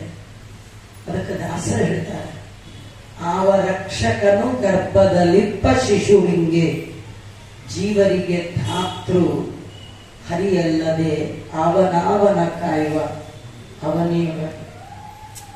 ನಾವೆಲ್ಲ ನಮ್ಮಮ್ಮನ ಹೊಟ್ಟೆಯಲ್ಲಿದ್ದಾಗ ನಮ್ಮನ್ನು ನೋಡಿಕೊಂಡವರಾರು. 8-9 ತಿಂಗಳುಗಳ ಕಾಲ ಆ ಮಗುವಿನ ಬೆಳವಣಿಗೆಗೆ ಬೇಕಾದ ಗಾಳಿ, ನೀರು, ಬೆಳಕು, ಮಿನಿಮಮ್ ಫೆಸಿಲಿಟಿ ಸಪ್ಲೈ ಮಾಡಿದವರು ವಿಚಾರ ಮಾಡಿದ್ದೀರ. ಇಷ್ಟು ವಿಚಾರ ಮಾಡಿದ್ರೆ ದೇವರಿಗೆ ಕೈ ಮುಗಿಯುವ ಬುದ್ಧಿ ಬರುತ್ತೆ ಅಂತ ಭಗವಂತನ ಬಗ್ಗೆ ಬದುಕಿದ್ದಾಗ ಕೇಳಬೇಕು, ತಿಳಿಬೇಕು. ಅವನ ಪಾದಾರವಿಂದದಲ್ಲಿ ನಿರ್ವ್ಯಾಜವಾದ ನಿಶ್ಚಲವಾದ ಪ್ರೇಮ ಪ್ರವಾಹ ರೂಪದ ಭಕ್ತಿಯನ್ನ ಮಾಡಬೇಕು ಅನ್ನುವ ಭಾವ ಬರುತ್ತೆ. ಆದ್ರೆ ನಾವು ದೇವರು ಮಾಡಿದ ಯಾವ ಉಪಕಾರವನ್ನು ನೆನಪೇ ಇಟ್ಟುಕೊಂಡಿಲ್ಲ. ಅದಕ್ಕೆ ಆ ಕೃಷ್ಣನ ಕಥೆ ಹೇಳಿ ಅಂತ ಪರೀಕ್ಷಿತ ಕೇಳ್ತಾರೆ. ವಿದ್ಯಾಣಿ ತಸ್ಯ ಅಖಿಲ ದೇಹ ಬಾಜ ಅಂತರ್ಬಹಿ ಪೂರುಷ ಕಾಲ ರೂಪೈ ಪ್ರಯಚ್ಛತೋ ಮೃತ್ಯುಮನಾಮಯಂಚ ಮಾಯಾ ಮನುಷ್ಯ ಚ ವದಸ್ವ ವಿದ್ವಂ. ದೇಹ ಧಾರಣೆ ಮಾಡಿದ ಎಲ್ಲ ಜೀವರ ಒಳ ಹೊರಗೆ ಇರುವ ಆ ಭಗವಂತನ ಅದ್ಭುತವಾದ ಚರಿತ್ರೆ. ಎಲ್ಲರ ದೇಹದ ಒಳಗೆ ಬಿಂಬರೂಪಿಯಾಗಿ ಇರ್ತಾರೆ, ಹೊರಗೆ ಕಾಲ ರೂಪದಿಂದ ಇರ್ತಾರೆ.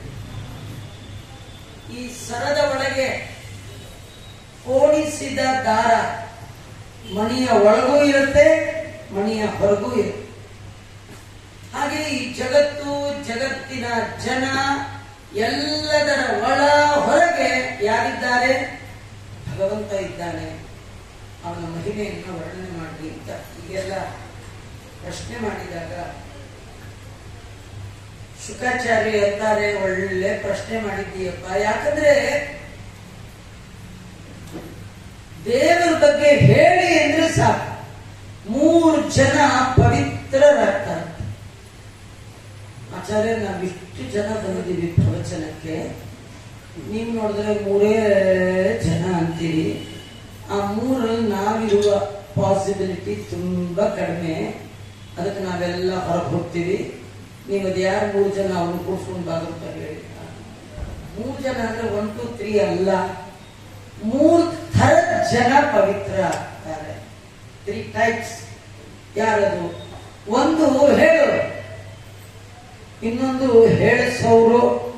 ಎಷ್ಟು ಅವ್ರು ಫೋನ್ ಮೇಲೆ ಫೋನ್ ಮಾಡಿ ಆಚಾರ್ಯ ಬರ್ಬೇಕಾ 2 ದಿನ ಹೇಗೋ ಕಳೆದೋಯ್ತ್ರಿ. ಇವತ್ತು ಮಾತ್ರ ತುಂಬಾ ಹೈರಾಣೇಶ್ವರ, ಹೈರಾಣ ಅಲ್ಲ ಹೈರಾಣೇಶ್ವರ.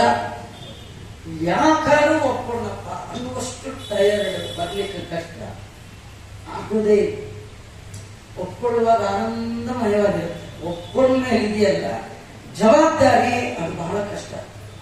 ಇಷ್ಟು ಕಷ್ಟಗಳ ನಡುವೆ ಕೂಡ ಎಷ್ಟಾದ್ರೂ ಆಗಲಿ ಈ ಆಚಾರ ಈ ಸತಿ ಏನಾದ್ರೂ ಮಾಡಿ ಅರೆಸ್ಟ್ ಮಾಡ್ಬೇಕು ಅಂತ ತಿಳ್ಕೊಂಡ್ ಬಂದ್ರಲ್ಲ, ಅವ್ರ ಪುಣ್ಯ ಬರ್ಬೇಕ ಬೇಡ? ಬರ್ಬೇಕ ಬೇಡವಾ? ಬರಲೇ ಅಲ್ಲ. ಅದು ಭಾಗವತ ಹೇಳುತ್ತೆ, ವಕ್ತಾರಂ ಪೃಚ್ಛಕಂ ಶ್ರೋತೃ. ವಕ್ತಾರ ಅಂದ್ರೆ ಹೇಳುವವ, ಪೃಚ್ಛಕ ಅಂದ್ರೆ ಹೇಳಿ ಅಂತ ಹೇಳುವವ, ಶ್ರೋತೃ ಕೇಳುವವರು. ಈ 3 ರೀತಿಯ ಜನರನ್ನ ಪವಿತ್ರಗೊಳಿಸುವಂಥದ್ದು ಭಗವಂತನ ಚರಿತ್ರೆ. ಹೇಗೆ? ತತ್ಪಾದ ಸಲೀಲಂ, ಭಗವಂತನ ಪಾದದಿಂದ ಬಂದ ಗಂಗೆ 3 ರೀತಿಯ ಜನರನ್ನ ಪವಿತ್ರಗೊಳಿಸ್ತಾಳೆ. ಗಂಗೆಯನ್ನ ಮುಟ್ಟಿದರೆ ಪವಿತ್ರ, ಮುಳುಗಿದರೆ ಪವಿತ್ರ, ಹೆಸರು ಹೇಳಿದರೆ ಪವಿತ್ರ. ಗಂಗಾ ಗಂಗೆಯತಿಯೋ ಬ್ರೂಯಾ ಯೋಜನಾನಾಂ ಶತೈರಪಿ. ಗಂಗಾ ಗಂಗಾ ಗಂಗಾ ಮಾಂ ಪುನಿ. ಕಡೆ ತಂಬಿಗೆ ನೀರನ್ನ ಮೈಮೇಲೆ ಹಾಕೊಳ್ಳುವಾಗ, ಅಮ್ಮ ಗಂಗೆ ನನ್ನನ್ನ ಪಾಪದಿಂದ ಪವಿತ್ರೀಕರಿಸು ಕೇಳ್ಕೊಂಡ್ಬಿಟ್ರೆ ಸಾಕು. ನಿಮ್ಮ ಮನೆ ಬಚ್ಚಲಲ್ಲಿರೋ ಬಕೆಟ್ ಒಳಗಿರೋ ಟಬ್ ಒಳಗಿರೋ ನೀರಿನಲ್ಲಿ ಗಂಗೆ ಬಂದು ನಿಮ್ಮ ಮಲವನ್ನ ಕೊಳೆಯನ್ನ ಕಳೀತಾರೆ. ನೀವು ರಾತ್ರಿ ಟ್ರೈನಲ್ಲಿ ಹೋಗ್ತಿದ್ರಿ, ಕಿಟಕಿಲಿ ಗಂಗೆ ಕಾಣಿಸ್ತು, ಚೈನ್ ಎಳೆದು 1 ನಿಮಿಷ ಸ್ನಾನಕ್ಕೆ ಹೋಗಿ ಬರ್ತೀನಿ ಅಂದ್ರೆ ಬಿಡ್ತಾರ ಅಲ್ವಾ? ಅಲ್ಲಿ ಸುಮ್ಮನೆ ನೋಡ ಕೈ ಮುಗಿದ್ರೆ ಪುಣ್ಯ. ಇನ್ನ ಅಲ್ಲೇನಾದ್ರು ಇಳಿದು ಅಭಿಮಂತ್ರಣ ಮಾಡಿಕೊಂಡು ಮಂತ್ರ ಹೇಳಿ ಮುರಿದು ಬಿಟ್ರೆ ಅದು ಭಗವಂತನ ಪಾದದಿಂದ ಬಂದ ಜಲಕ್ಕಿರುವಂತಹ ಯೋಗ್ಯತೆ. ಆದ್ರೆ ಭಗವಂತನ ಬಾಯಿಯಿಂದ ಬಂದ ಅಮೃತ ಭಾಗವತಾಮೃತ, ಇದಿನ್ನಷ್ಟು ಪವಿತ್ರ. ಕಾಲಿಂದ ಬಂದ ಅಮೃತವೇ ಗಂಗೆ, ಬಾಯಿಯಿಂದ ಬಂದ ಅಮೃತವೇ ಶ್ರೀಮದ್ ಭಾಗವತ. ಇಷ್ಟು ಹೇಳಿ ಪರೀಕ್ಷಿತನ ಪ್ರಶ್ನೆಗೆ ಕೃಷ್ಣನ ಕಥೆ ಉತ್ತರವಾಗಿ ಶುಕಾಚಾರ್ಯರು ಹೇಳ್ತಾರೆ, ಒಮ್ಮೆ ಭೂಮಿಗೆ ಭಾರ ಆಯಿತು. ಅಲ್ಲ, ಭೂಮಿಗೆ ಭಾರ ಯಾರಂದ್ರೆ ಹರಿನಿಂದಕರು. 2 ತರ ಜನ ಭೂಮಿಗೆ ಭಾರ, ಅನ್ನಕ್ಕೆ ದಂಡ. 2 ತರದ ಯಾರಂದ್ರೆ ದೈವ ಭಕ್ತಿ ಇಲ್ಲದವ, ದೇಶಭಕ್ತಿ ಇಲ್ಲದವ. ಇವರಿಬ್ರು ಭೂಮಿಗೆ ಭಾರ, ಅನ್ನಕ್ಕೆ ದಂಡ. ನಮ್ಮಲ್ಲಿ ಇರಬೇಕಾದ 2 ಗುಣ, ಒಂದು ದೈವ ಭಕ್ತಿ, ಇನ್ನೊಂದು 2 ಇರ್ಬೇಕು. ಇದು ಯಾರು ಇಲ್ಲ ಅವರೆಲ್ಲ ಭೂಮಿಗೆ ಭಾರ. ದೈತ್ಯರು, ಹುಟ್ಟಿಸಿದ ದೇವರಲ್ಲಿ ಭಕ್ತಿ ಇಲ್ಲ, ನೆಲದ ಮೇಲೆ ಭಕ್ತಿ ಭಯ ಇಲ್ಲ. ಈ ಎಲ್ಲ ನೆಲ ನಂದು, ಇದಕ್ಕೆ ನಾನೇ ಓನರ್ ಅನ್ನೋರು ದೈತ್ಯರು. ಭೂಮಿಗೆ ಓನರ್ ನಾವಲ್ಲ, ವರಾಹ ದೇವರು. ಅವನ ಹೆಸರೇನು? ಭೂವರಾಹ. ನಾವಂತ ಭೂಮಿನ ನಮ್ದು ನಮ್ದು ಅಂದ್ರೆ ಅವ್ರಿಗೆ ಎಡ್ಸಿಟ್ಟು ಬರುತ್ತೆ. ಆಮೇಲೆ ಆ ಗಂಡನಿಗೆ ಗುಣ ಇಲ್ಲ, ವರಾಹ ದೇವರಿಗೆ ಏನು ಗುಣ ಇಲ್ಲ. ಹೀಗೆಲ್ಲ ಬೇಸರ ಆಗುತ್ತೆ. ಮನೇಲೆ ಗಂಡ ಹೆಂಡತಿ ಕೂತಾಗ ಹೆಂಡತಿ ಹತ್ರ ಮಾತಾಡಿ, ಅಯ್ಯೋ ನಿಮ್ಮ ಯಜಮಾನ್ರು ಯೂಸ್ಲೆಸ್ ಅಲ್ಲ, ಯಜಮಾನ ಪಕ್ಕದಲ್ಲೇ ಕೂತಿರ್ತಾರೆ. ಈ ಹೆಂಡತಿಗೆ ನಿಮ್ಮ ಯಜಮಾನ್ರು ಯೂಸ್ಲೆಸ್ ಅಲ್ಲ, ಏನು ಪ್ರಯೋಜನ. ಎಷ್ಟು ಬರ್ಬೇಕ್ರಿ ಯಾರಿಗೆ? ಗಂಡಂಗೆಲ್ಲ, ನಿಜವಾದ ಹೆಂಡತಿಗೆ ಬರ್. ಅವಳು ಹೇಳ್ತಾಳೆ, ಇನ್ನೊಂದ್ಸತಿ ನಮ್ಮ ಮನೆ ಕಡೆ ತಲೆ ಕೂಡ ಹೊರಟು ಪತಿವ್ರತ ನಾಂ ಪತಿನಿಂದಕೇಭ್ಯ ಅಪರಕ್ವಭಾರ ಅಂತಾರವಾದ್ರೆ. ಭೂಮಿ ಪತಿವ್ರತ ಸ್ತ್ರೀ, ಗಂಡ ಅಂದ್ರೆ ವರಾಹ, ಅಂದ್ರೆ ನಾರಾಯಣ, ಅಂದ್ರೆ ಹರಿ. ಹರಿ ನಿಂದಕರು, ಹರಿ ದ್ವೇಷಿಗಳು ಅಂದ್ರೆ ಭೂಮಿಗೆ ಭಾರ. ಅದೇನಾಯ್ತು, ಭೂಮಿಯಲ್ಲಿ ಒಂದೊಂದು ಕಡೆ ಒಬ್ಬೊಬ್ರು ದೈತ್ಯರು ಫೆನ್ಸಿಂಗ್ ಹಾಕೊಂಡು ಬಾವುಟ ಹಾಕೊಂಡು ನಮ್ದು ನಮ್ದು ನಮ್ದು ಅಂತ ಶುರು ಮಾಡಿ ಎಲ್ಲ ಮಾಡ್ತಾ ಇದ್ದಾರಲ್ಲ, ದೊಡ್ಡ ದೊಡ್ಡ ಬಾವುಟ ಹಾಕೊಂಡು ನಮ್ದು ನಮ್ದು ಎಲ್ಲ ಮೆಲ್ಲ ಮಾತಾಡ್ಕೊಂಡು ಸಂತೋಷ ಪಡ್ತಾರೆ, ಜೋರಾಗಿ ಮಾತು ಕೂಡ ಆಡ್ತಾರೆ. ಆಗ ಬಿಹಾರವನ್ನ ಒಬ್ಬ ಆಕ್ರಮಿಸಿಕೊಂಡು ಬಿಟ್ಟಿದ್ದ. ಈಗ ಸ್ವಲ್ಪ ಹಿಂದೆ ಹೋಗಿದ್ದ ಬಿಹಾರದಲ್ಲಿ ಗೋವಿಗೆ ಹಾಕುವ 900 ಕೋಟಿ ಹಣ ನುಂಟು ಕೂತು ಬಿಟ್ಟ. ಮುದಿಯ ಮುದಿಯ ಮುದಿಯ ಇವತ್ತು ಏನ್ ಸಿಗುತ್ತೆ ಕಾಯ್ತಾ ಇದ್ದಾರೆ ದರಿದ್ರದ. ಬಿಹಾರದ ದೈತ್ಯ ಅನುಗ್ರಹ ಪಡೆದ ಮಹಾನ್ ಇವತ್ತು. ಆ ಕಾಲದಲ್ಲಿದ್ದವ ಜರಾಸಂಧ, ಅವನ ಕಡೆ ಕುಡಿ ಇರ್ಬೇಕಿರ್ಬೇಕು.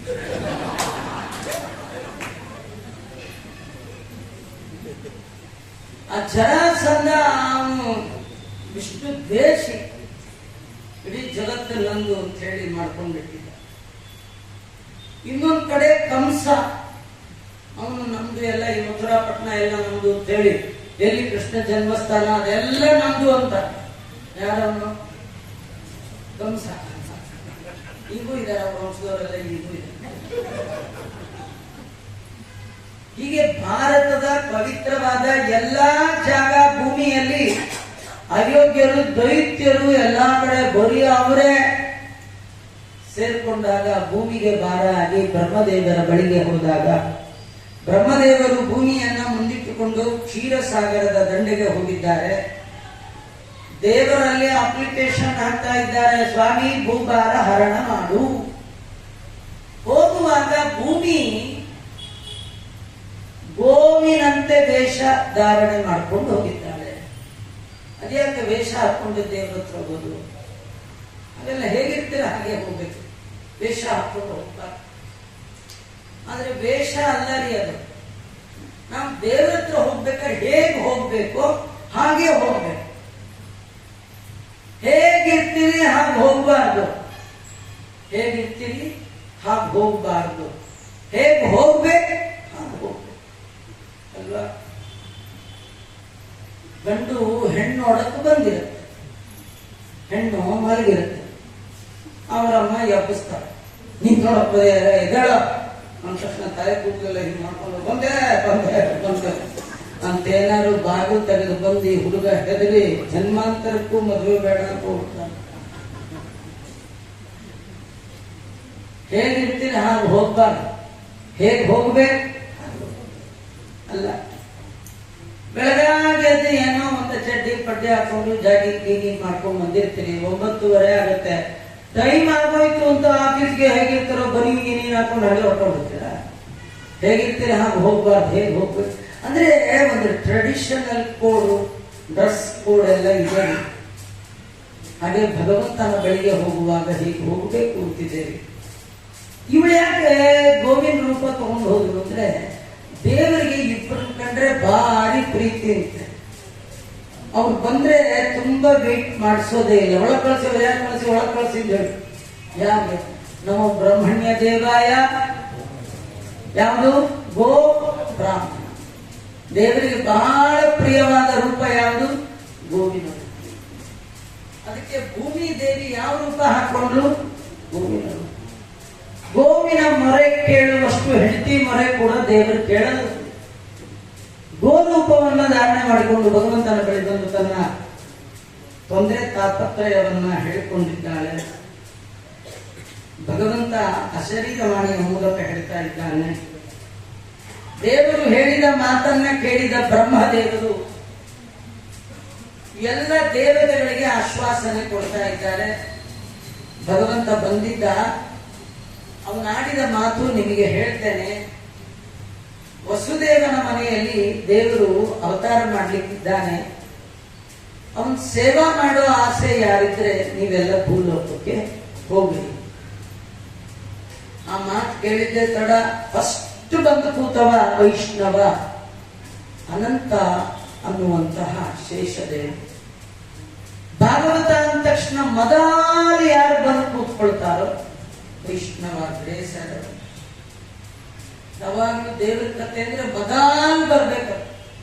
ಆಚಾರ 5ಕ್ಕೆ ಬರ್ತಾರೆ ಅಂದ್ರೆ 4:15 ಬರ್ಬೇಕಂತ. ಯಾಕಂದ್ರೆ ದೇವರು ಖುಷಿ ಆಗುತ್ತಂತೆ ಅಲ್ಲ. ನನ್ನ ಕತೆ 5 ಗಂಟೆಗೆ ಹೇಳಿದ್ರೆ ನೀವು 4:15 ಬಂದು ನನ್ನ ಕತೆಗಾಗಿ ಕಾಯ್ತಾ ಇದ್ದೀಯಾ ಅಂದ್ರೆ, ನನ್ನ ಕಥೆಗಾಗಿ ಕಾಯ್ದ ನಿನ್ನನ್ನ ಜನ್ಮ ಜನ್ಮಾಂತರಕ್ಕೂ ನಾನ್ ಕಾಯ್ತೇನೆ ಅಂತ.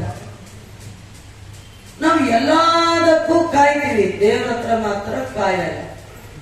ಆಚಾರ್ಯ ಎಷ್ಟೊತ್ತಿಗೆ ಬರ್ತಾರೆ? ಈಗ 5:15 ಬಂದ್ರೆ ಸಾಕಂದ್ರೆ ಕೆಲವರು, ಇನ್ ಕೆಲವರು ಎಷ್ಟೊತ್ತು ಮುಗಿಸ್ತಾರ ಅದನ್ನ ಹೇಳಿ, ಅಷ್ಟೊತ್ತು ಬಂದ್ರಾಗತ್ತಾ ಅಂತ ಕೆಲವರು, ಅವ್ರು ಹೋದ್ಮೇಲೆ ಬಂದ್ರಾಗತ್ತಾ ಕೆಲವರು, ಹಿಂಗೆಲ್ಲ ಇರ್ತಾರೆ. ಕೆಲವರು ಪುರಾಣಕ್ಕೆ ಹೋಗ್ಬೇಕು ಅಂತ ಮನೆ ಬಿಡ್ತಾರೆ, ಅವ್ರ ಕಣ್ಣೆದುರಿಗೆ ಆಚಾರ ಪಾಸ್ ಆಗ್ತಾ ಇರ್ತಾರೆ. ಪುರಾಣ ಹೇಳಿ ಆಚಾರ ಹೋಗ್ರಿ, ನಾನು ಬರ್ಲಿಕ್ಕೆ ಹತ್ತೀನಿ, ಹೋಗ್ರಿ ಹಿಂದೆ.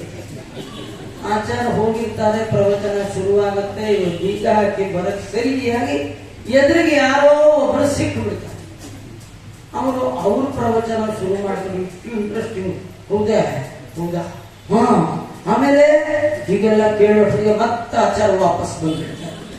ಆಚಾರ ಪುರಾಣ ಮುಗಿದೋಯ್ತೆ, 6 ಗಂಟೆಗೆ ಹೋಗಿದ್ದು, ಈಗ 8:30, ಹೌದಾ ಹೋಗ್ಲಿ ಬಿಡಿ, ಮುಂದಿನ ಸತಿ ನಿಮ್ದು ಎಲ್ಲಿ ಹೇಳಿ ಅವಾಗ ಬರ್ತೀನಿ ಅಂದ್ರೆ, ಬೀದಿ ಒಳಗೆ 1:30 ಗಂಟೆ ಕಳೆದು ಬಿಡ್ತಾರೆ ಮಾತಾಡೋದು, ಗೊತ್ತೇ ಆಗಲ್ಲ. ಭಗವಂತನ ಕತೆ ಅಷ್ಟು ಸುಲಭ ಅಲ್ಲ. ಮೊದಲೇ ಅರ್ಧ ಗಂಟೆ ಬಂದು ಕೂತ್ರೆ ಪಾಸ್, ಇಲ್ಲದೆ ಇದ್ರೆ ಮಧ್ಯದಲ್ಲಿ ಕಥೆ ಕೇಳಲಿಕ್ಕೆ ಬರುವಾಗ ಎಲ್ಲಿ ಫೇಲ್ ಆಗ್ತಿರೋ, ಯಾವ್ದು ಫೇಲ್ ಆಗುತ್ತೋ, ಹಾರ್ಟೇ ಫೇಲ್ ಆಗುತ್ತೋ, ಏನ್ ಫೇಲ್ ಆಗುತ್ತೋ. ದೇವರ ಕಥೆಗಾಗಿ ಬಂದವರ ಕಥೆಯನ್ನ ಕಾಯ್ತೇನೆ ಅಂತಾರೆ ಭಗವಂತ.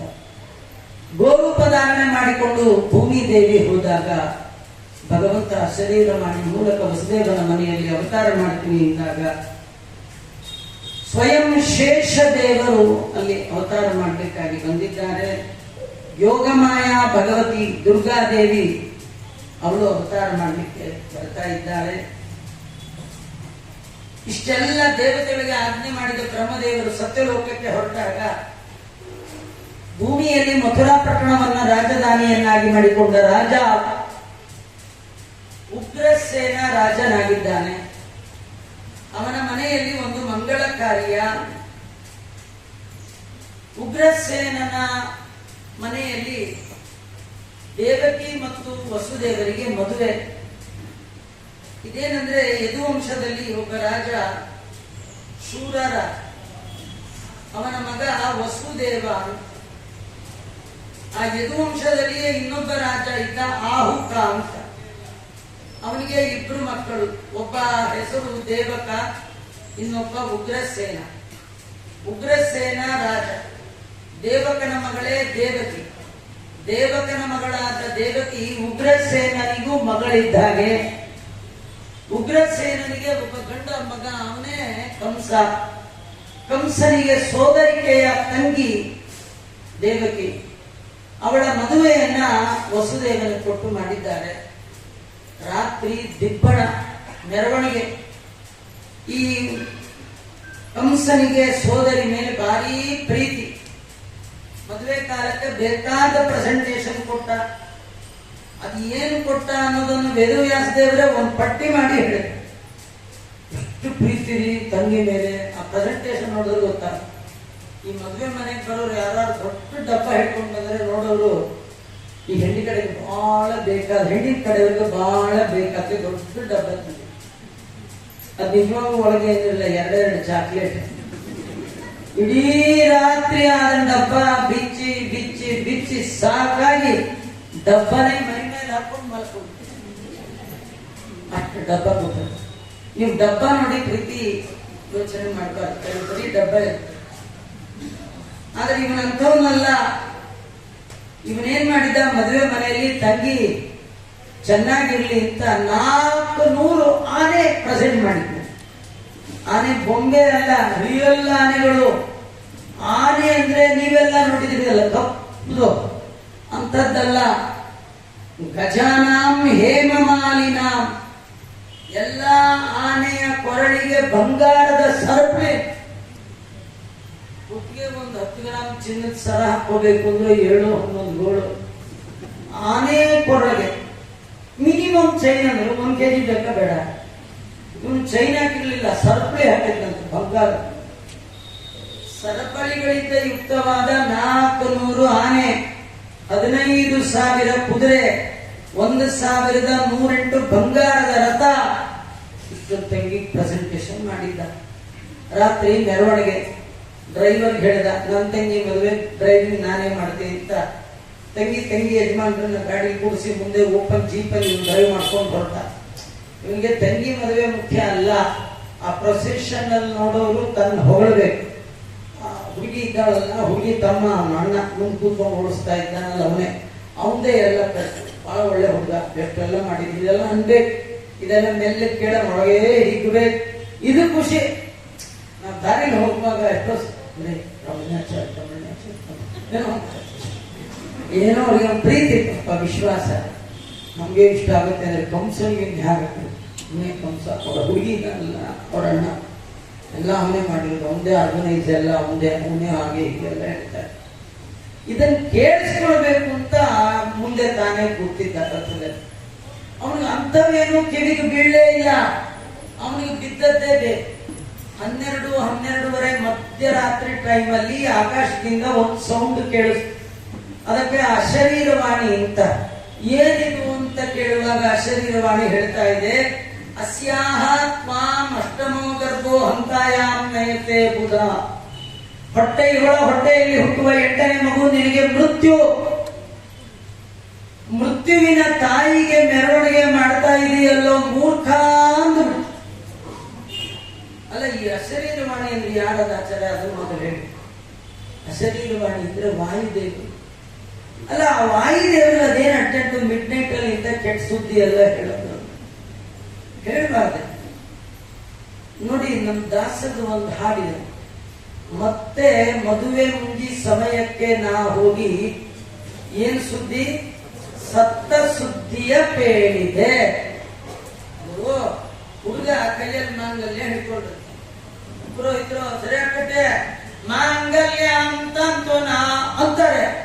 ಹಿಂದಿಂದ ಯಾರೋ ಬಂದು ಹುಡುಗಿ ನಿಮ್ ಚಿಕ್ಕಪ್ಪ ಈಗ ಚೇರಲ್ಲಿ ಕೂತಿದ್ರಲ್ಲ, ಹೋಗಿ ಬಿಟ್ಟು ಈ ಮಾಂಗಲ್ಯ ಏನ್ ಮಾಡ್ಬೇಕು? ಅವನೇ ಕಟ್ಬೇಕ, ತೆಂಗಿನಕಾಯಿ ಕಟ್ಬೇಕಾ, ಮಂತ್ರ ಹೇಳೋ ಆಚಾರ ಕುತ್ತಿಗೆ ಕಟ್ಟಿ ಸ್ವಲ್ಪ ಇಟ್ಕೊಂಡ್ರಿ ಆಚಾರ ಚಿಕ್ಕಪ್ಪ ಏನ್ ಮಾಡ್ಬೇಕು? ಯಾರಾದ್ರೂ ಅಂಥ ಸುದ್ದಿ ಹೇಳಿದ್ರೆ ಜನ್ಮಾಂತರದಲ್ಲಿ ತುಟಿ ಹರಕಾಗಿ ಇರ್ತಾರೆ.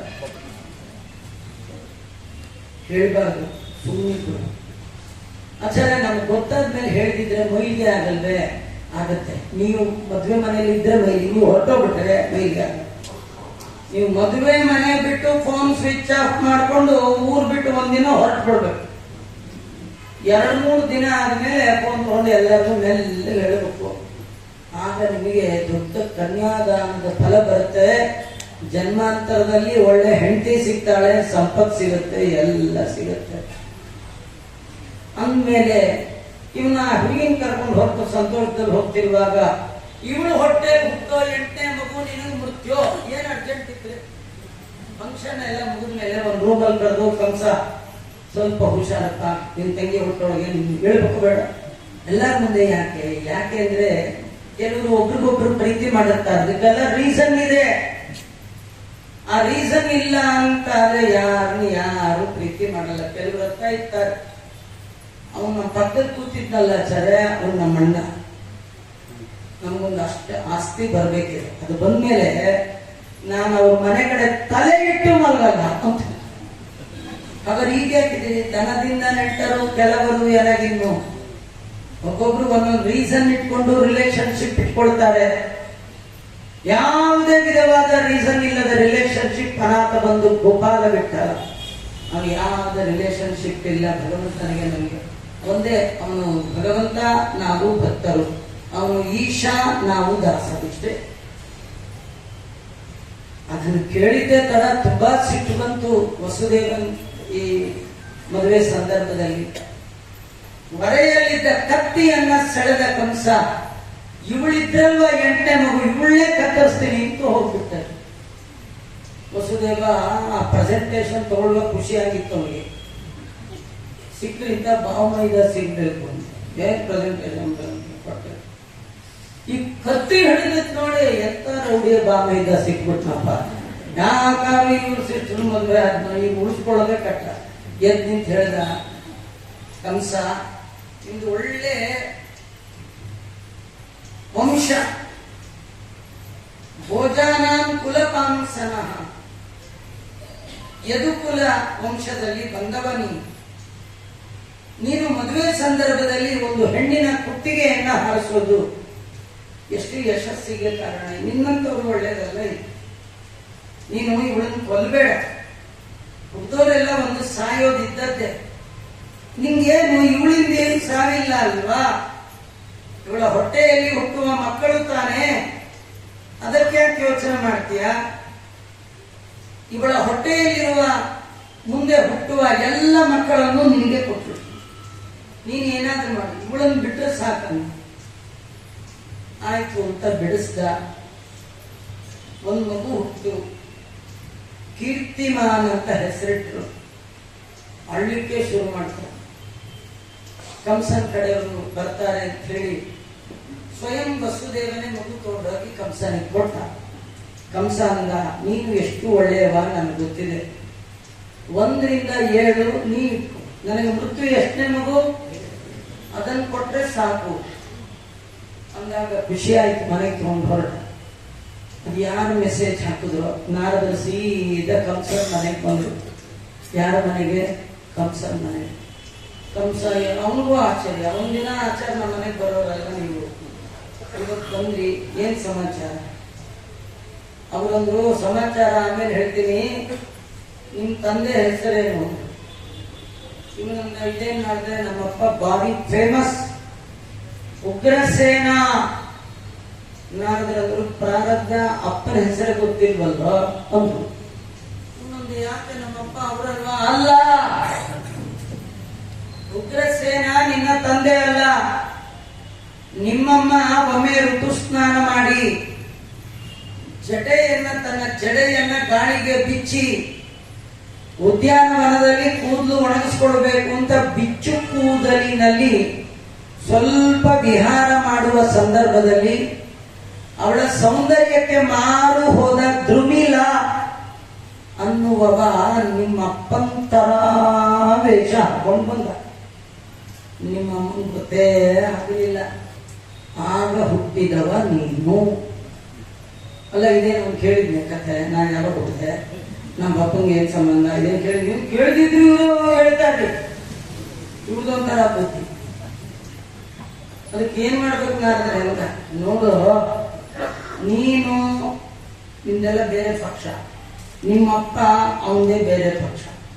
ನೀನು ಯಾರನ್ನ ನಂಬೇಡ. ಬೇಕಾದ್ರೆ ಯಾರನ್ನಾರು ನಂಬು, ದೇವತೆಗಳನ್ನು ಮಾತ್ರ ನಂಬೇಡ. ನಾರರು ಆ ಕಡೆ ಯಾರು ಇಲ್ಲನಪ್ಪ ಅಂದ್ರು. ಯಾರಿಲ್ಲ, ಯಾರು ನಂಬುದು? ದೇವತೆಗಳನ್ನ ನಂಬೇಡ. ಮನುಷ್ಯರ ಜೀವನದಲ್ಲಿ ಯಾರು ಆಟ ಆಡ್ತಾರೋ ಅವರಿಗೆ ದೇವತೆಗಳು ಅಂತ ಹೆಸರು. ನಿನ್ನ ವಿಷಯದಲ್ಲಿ ಭಾರಿ ಆಟ ಆಡಿದ್ದಾರೆ. ಏನು ಅಲ್ಲೆಲ್ಲ ಏನ್ ಆಮೇಲೆ ಹೇಳ್ತೀನಿ. ವಸುದೇವ ತಂದ್ಕೊಡ್ತನಲ್ಲ ಮೊದಲನೇ ಮಗು, ಅದನ್ನ ಯಾಕೆ ವಾಪಸ್ ಕೊಟ್ಟೆ? ಇಲ್ಲ ನಾಡಿದ್ರೆ ನನಗೆ 8ನೇ ಮಗು ನನಗೆ ಮೃತ್ಯು ಅಂತ ಹೇಳಿತ್ತು ನೋಡು. ಅದಕ್ಕೆ ನೀನು ಪೆದ್ದ. 8ನೇ ಮಗು ಸರಿ, ಈ ಕಡೆಯಿಂದ ಎಣಿಸ್ಕೊಂಡು ಬಂದ್ರೆ ಇದು 8, ಈ ಕಡೆಯಿಂದ ಎಣಿಸ್ಕೊಂಡು ಬಂದ್ರೆ ಇದು 8. ಸಂಸ್ಕೃತದಲ್ಲಿ ಹೀಗೆ ಎಣಿಸೋಂಗಿಲ್ಲ. ಅಂಕಾನಾಂ ವಾಮತೋಗತಿ. ಅಂಕ ಅಂದ್ರೆ ಸಂಖ್ಯೆ. ಸಂಖ್ಯೆಯನ್ನ ವಿರುದ್ಧ ದಿಕ್ಕಿನಿಂದ ಎಣಿಸ್ಕೊಂಡು ಬರ್ಬೇಕಂತ. ಅಂಕಾನಾಂ ವಾಮತೋಗತಿ ಇತ್ತಿದೆ. ಹಾಗಾಗಿ ತುದಿಯಿಂದ ಮೊದಲಿಗೆ 8 ಬರ್ಬೋದು, ಅಥವಾ ದೇವತೆಗಳು 8 ಅಂದ್ರೆ ಬೇರೆ 8 ಅಂದ್ರೆ ಮಿಡ್ಲು ಅಂತ ಹೀಗೇನು ಹೇಳಿದ್ರು ಹೇಳ್ಬೋದು. ಏನ್ ಹೇಳ್ತಾರೆ ಕೊಡಕ್ಕಾಗಲ್ಲ. ಅದಕ್ಕೆ ಏನ್ ಮಾಡ್ಬೇಕು? ನಾವು ಇನ್ನೇನಿಲ್ಲ, ಎಲ್ಲಾ ಮಕ್ಕಳನ್ನು ಕೊಂದ್ಬಿಡು. ಈ ನಾರದರಿಗೆ ಯಾಕೆ ಇಂಥ ದುರ್ಬುದ್ಧಿ? ಆ ದುರ್ಬುದ್ಧಿ ಅಲ್ಲರಿ, ಅದು ದೇವ ಕಾರ್ಯ ಸಾಧನೆ. ಏನ್ ದೇವ ಕಾರ್ಯ ಅದು ಅನ್ನೋದು ಭಾಗವತದಲ್ಲಿಲ್ಲ, ಹರಿವಂಶದಲ್ಲಿ. ಹರಿವಂಶದಲ್ಲಿ ಕೆಲವು ಕಥೆಗಳನ್ನ ಅಲ್ಲಿ ಸಂಗ್ರಹ ಮಾಡಿದ್ದಾರೆ. ಅದನ್ನ ಇಲ್ಲಿ ವ್ಯಾಸರು ಹೇಳಿ. ಅವರೆಲ್ಲ ಮರೀಚಿಯ 6 ಜನ ಮಕ್ಕಳು. ಮರೀಚಿಯ ಷಡ್ಗರ್ಭರು. ಅವರೆಲ್ಲ ಒಂದು ಜನ್ಮದಲ್ಲಿ ಕಾಲನೇಮಿ ದೈತ್ಯನ ಮಕ್ಕಳಾಗಿ ಹುಟ್ಟಿದ್ರು. ಅದು ಯಾರ ಪೀರಿಯಡ್ ಅಂದ್ರೆ ಹಿರಣ್ಯಕಶ್ಯಪನ ಪೀರಿಯಡ್.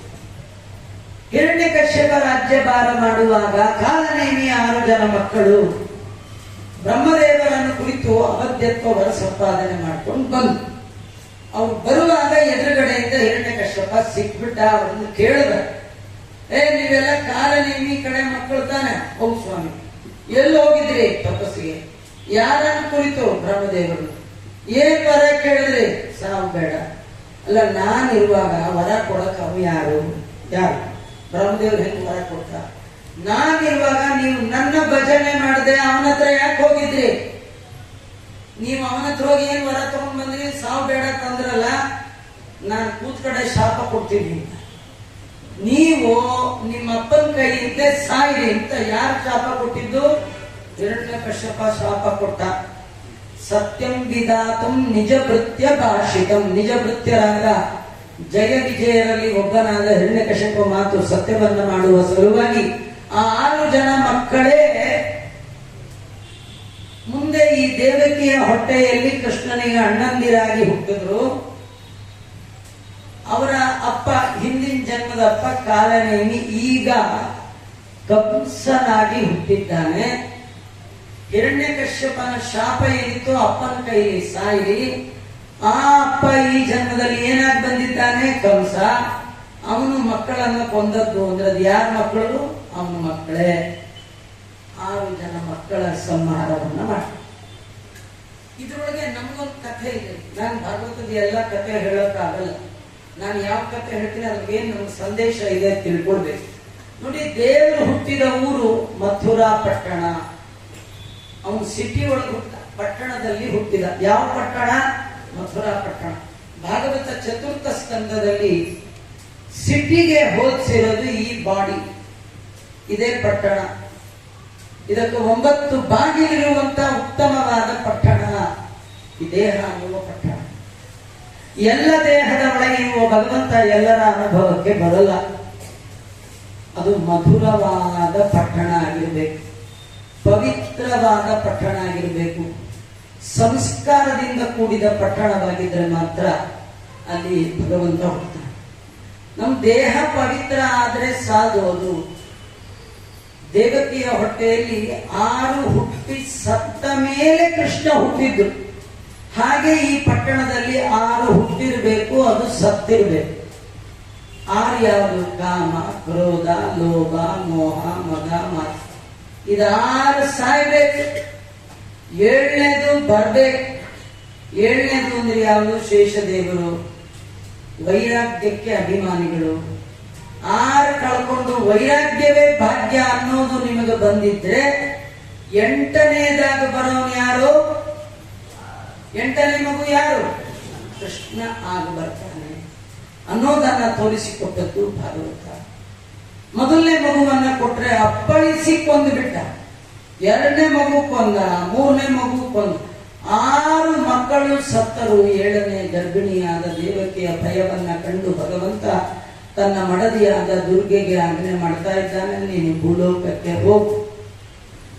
ದೇವಕಿಯ ಗರ್ಭದಲ್ಲಿರುವಂತಹ ನನ್ನ ಅಂಶದಿಂದ ಕೂಡಿದ ಗರ್ಭವನ್ನ ಸೆಳೆದು ಇದೇ ವಸುದೇವನ ಮತ್ತೊಬ್ಬ ಹೆಂಡತಿ ರೋಹಿಣಿ ಗೋಕುಲದಲ್ಲಿದ್ದಾಳೆ, ಅವಳ ಹೊಟ್ಟೆಯಲ್ಲಿ ಇಡು. ಭಗವಂತ ಲಕ್ಷ್ಮಿಗೆ, ದುರ್ಗಾದೇವಿಗೆ ಆಜ್ಞೆ ಮಾಡಿ ದುರ್ಗೆಗೆ ಹೇಳಿದ, ನೀನು ಯಶೋದೆ ಮನೆಯ ಮಗಳಾಗಿ ಹುಟ್ಟು, ನಾನು ಬಂದು ನಿನಗೆ ಅನುಗ್ರಹ ಮಾಡ್ತೇನೆ ಅಂತ ಹೇಳಿ. ಹಾಗೆ ಆಗಲಿ ಅಂತ ಹೇಳಿ ಭಗವಂತನಿಗೆ ನಮಸ್ಕಾರ ಮಾಡಿದ ತಾಯಿ ದೇವಕಿಯ ಗರ್ಭದಲ್ಲಿರುವ 7ನೇ ಮಗುವನ್ನ ಸೆಳೆದಿದ್ದಾಳೆ, ಅಪಕರ್ಷಣ ಮಾಡಿದ್ದಾಳೆ.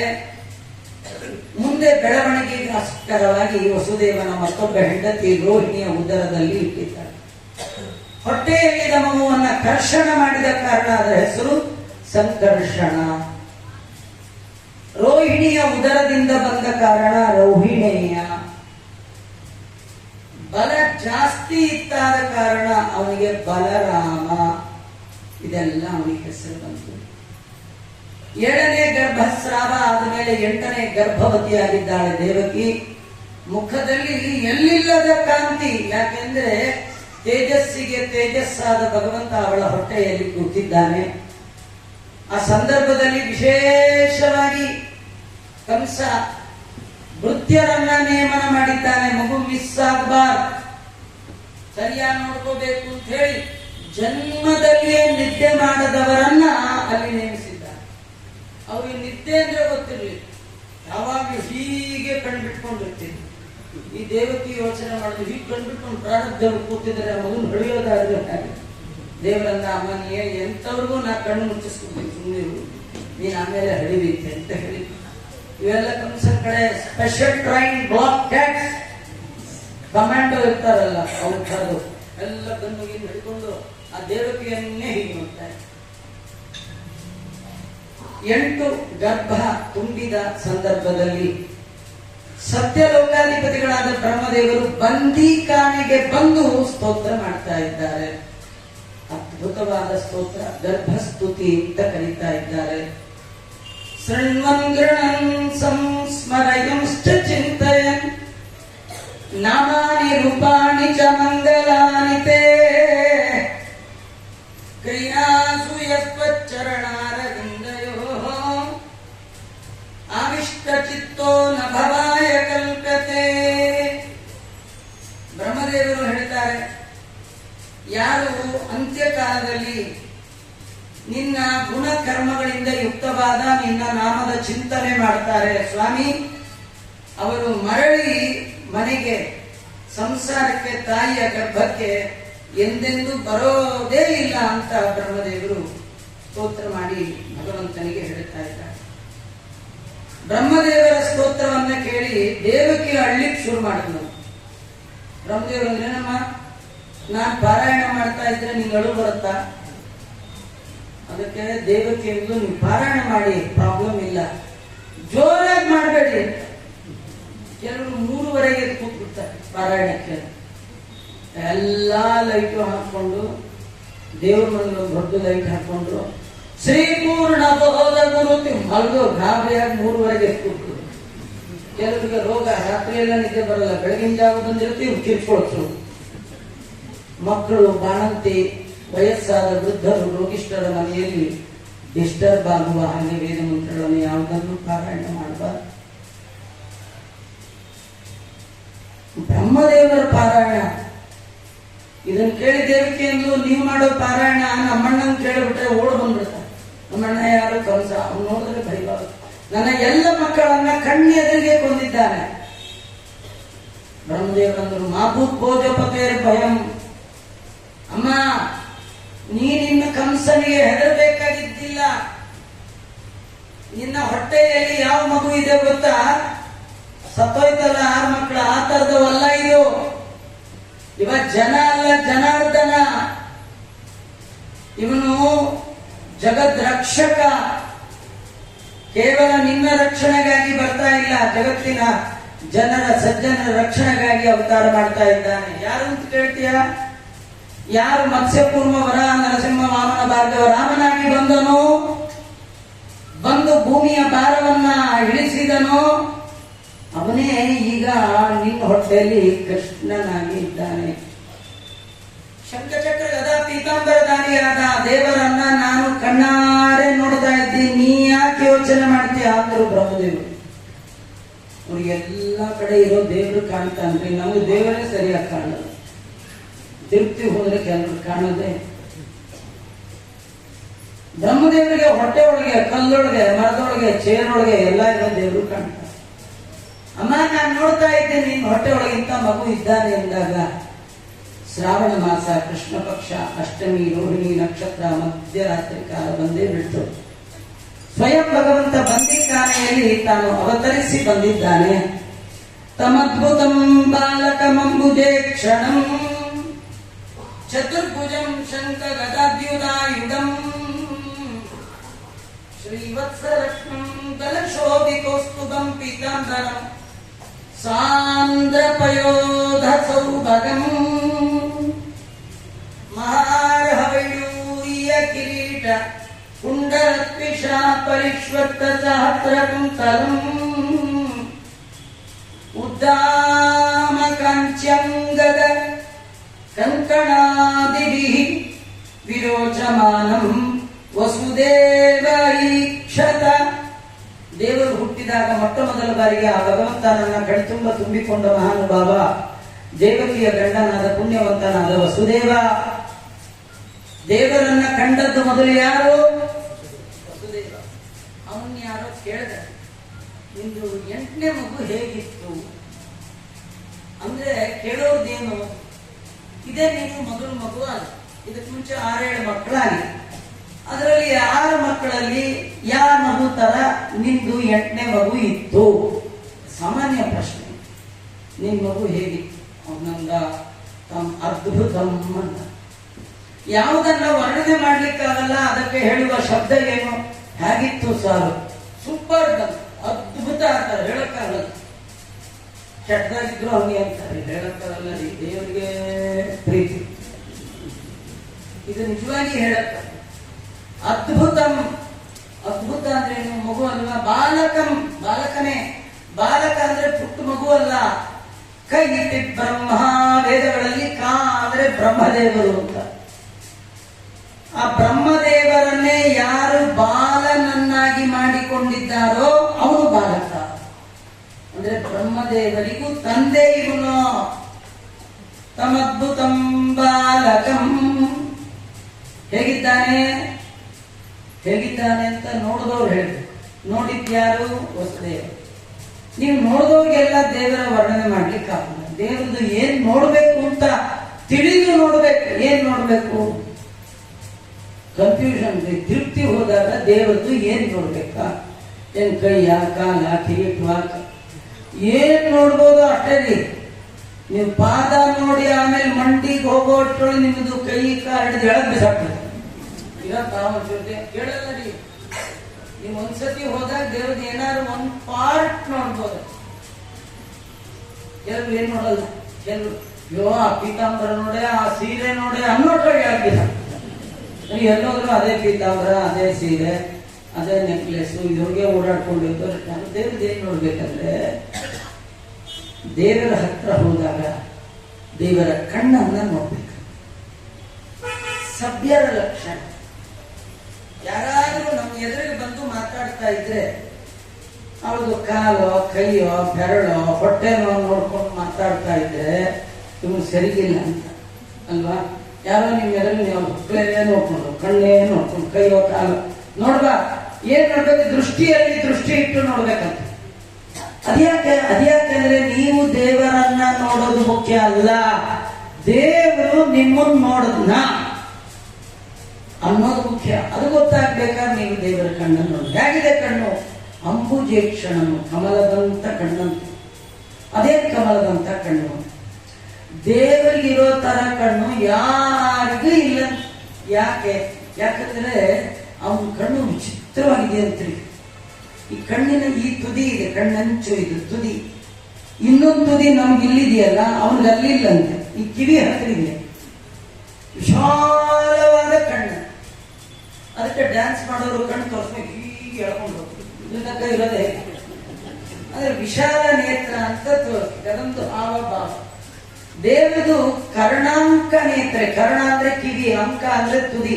ದೇವರ ಕಣ್ಣು ಕಿವಿ ತನಕ ಬರುತ್ತೆ. ಕಣ್ಣು ಮುಚ್ಚಿದ್ರೆ ರೆಪ್ಪೆ ಇಲ್ಲಿವರೆಗೂ ಇರುತ್ತೆ. ಅದಕ್ಕೆ ನಮ್ದು ಹಂಗೆ ಕಾಣ್ಲಿ ಅಂತ ಹೇಳಿ ಕಪ್ಪನ್ನು ಇಲ್ಲಿವರೆಗೂ ಬಡ್ಕೊಂಡು, ರೆಪ್ಪೆ ಇರೋದಿಲ್ಲ. ಅದ್ರ ಕಣ್ಣು ಮುಚ್ಚಿದ್ರೆ ಹೀಗಿದೆ ಅಂತ ಅನ್ಕೊಳ್ಬೇಕು. ಆದ್ರೆ ದೇವರದ ರಿಯಲ್ ಆಗಿದೆ. ಅಂದ್ರೆ ಭೂಲೋಕದಲ್ಲಿ ಯಾರ್ದು ಹಾಗೆ. ನೀವು ಒಮ್ಮೆ ದೇವರ ಕಣ್ಣು ನೋಡಿದ್ರೆ ಆ ತರ ಕಣ್ಣಿನ ಯಾರಿಗಿಲ್ಲ ರೀ. ಅಂಥದ್ದು ಅದ್ಭುತವಾದ ಕಣ್ಣು.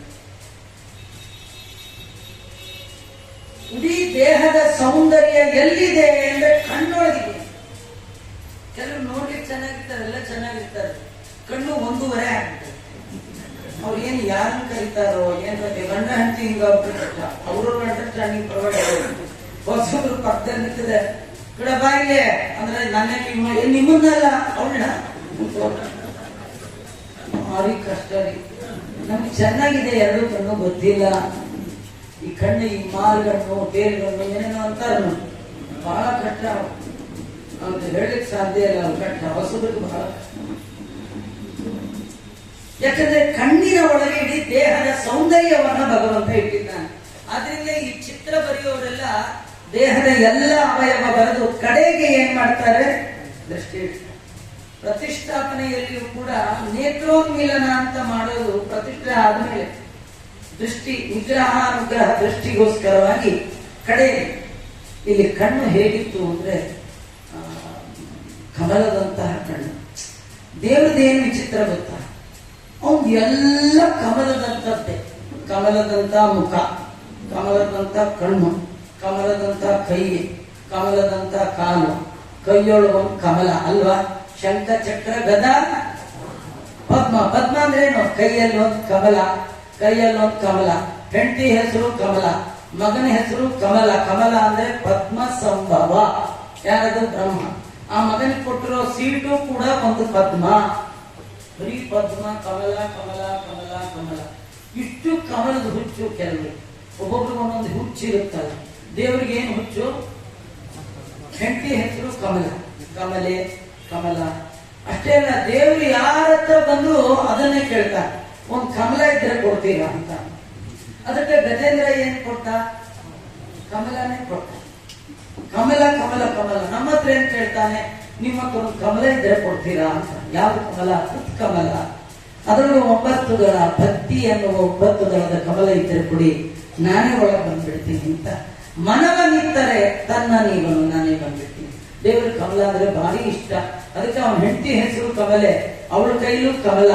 ಅವಳು ಒಂದು ಕಮಲ ದೇವ್ರು ಹಿಡ್ಕೊಂಡ್ರೆ 2 ಕೈಲಿ ಕಮಲ ಹಿಡ್ಕೊಳ್ತಾಳೆ. ಅಂತಹ ರಮಾದೇವಿಯರನ್ನ ತಾನು ತನ್ನ ತೊಡೆಯಲ್ಲಿಟ್ಟಿದ್ದಾನೆ, ವಕ್ಷಸ್ಥಳದಲ್ಲಿಟ್ಟಿದ್ದಾನೆ.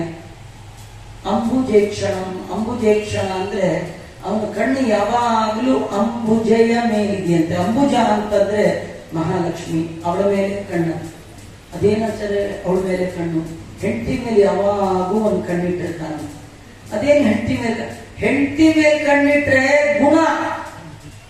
ಇನ್ಯಾರನೋ ನೋಡ್ತಾ ಇದ್ರೆ ಯಾಕೆ ನಿಮ್ಮ ಯಜಮಾನ್ರ ಆ ಕಡೆ ಏನು ದುರ್ಬುದ್ಧಿ ಅಲ್ಲ, ಹೆಂಡತಿನೇ ನೋಡಿದ್ರೆ ಏನ್ ದುರ್ಬುದ್ಧಿ ಅಲ್ಲ, ಸದ್ಬುದ್ಧಿ. ಅದು ದೇವ್ರು ಯಾಕೆ ನೋಡ್ತಾನೆ ಅಂದ್ರೆ ಈ ಜಗತ್ತಿನ ಎಲ್ಲ ಕೆಲಸ ಆಗ್ಬೇಕಲ್ಲ, ಅದಕ್ಕೊಂದು ಪವರ್ ಬೇಕಲ್ಲ. ಅದು ಹೆಂಡತಿಗೆ ಪವರ್ನ ಕಣ್ಣಿಂದ ಸಪ್ಲೈ ಮಾಡ್ತಾನಂತೆ.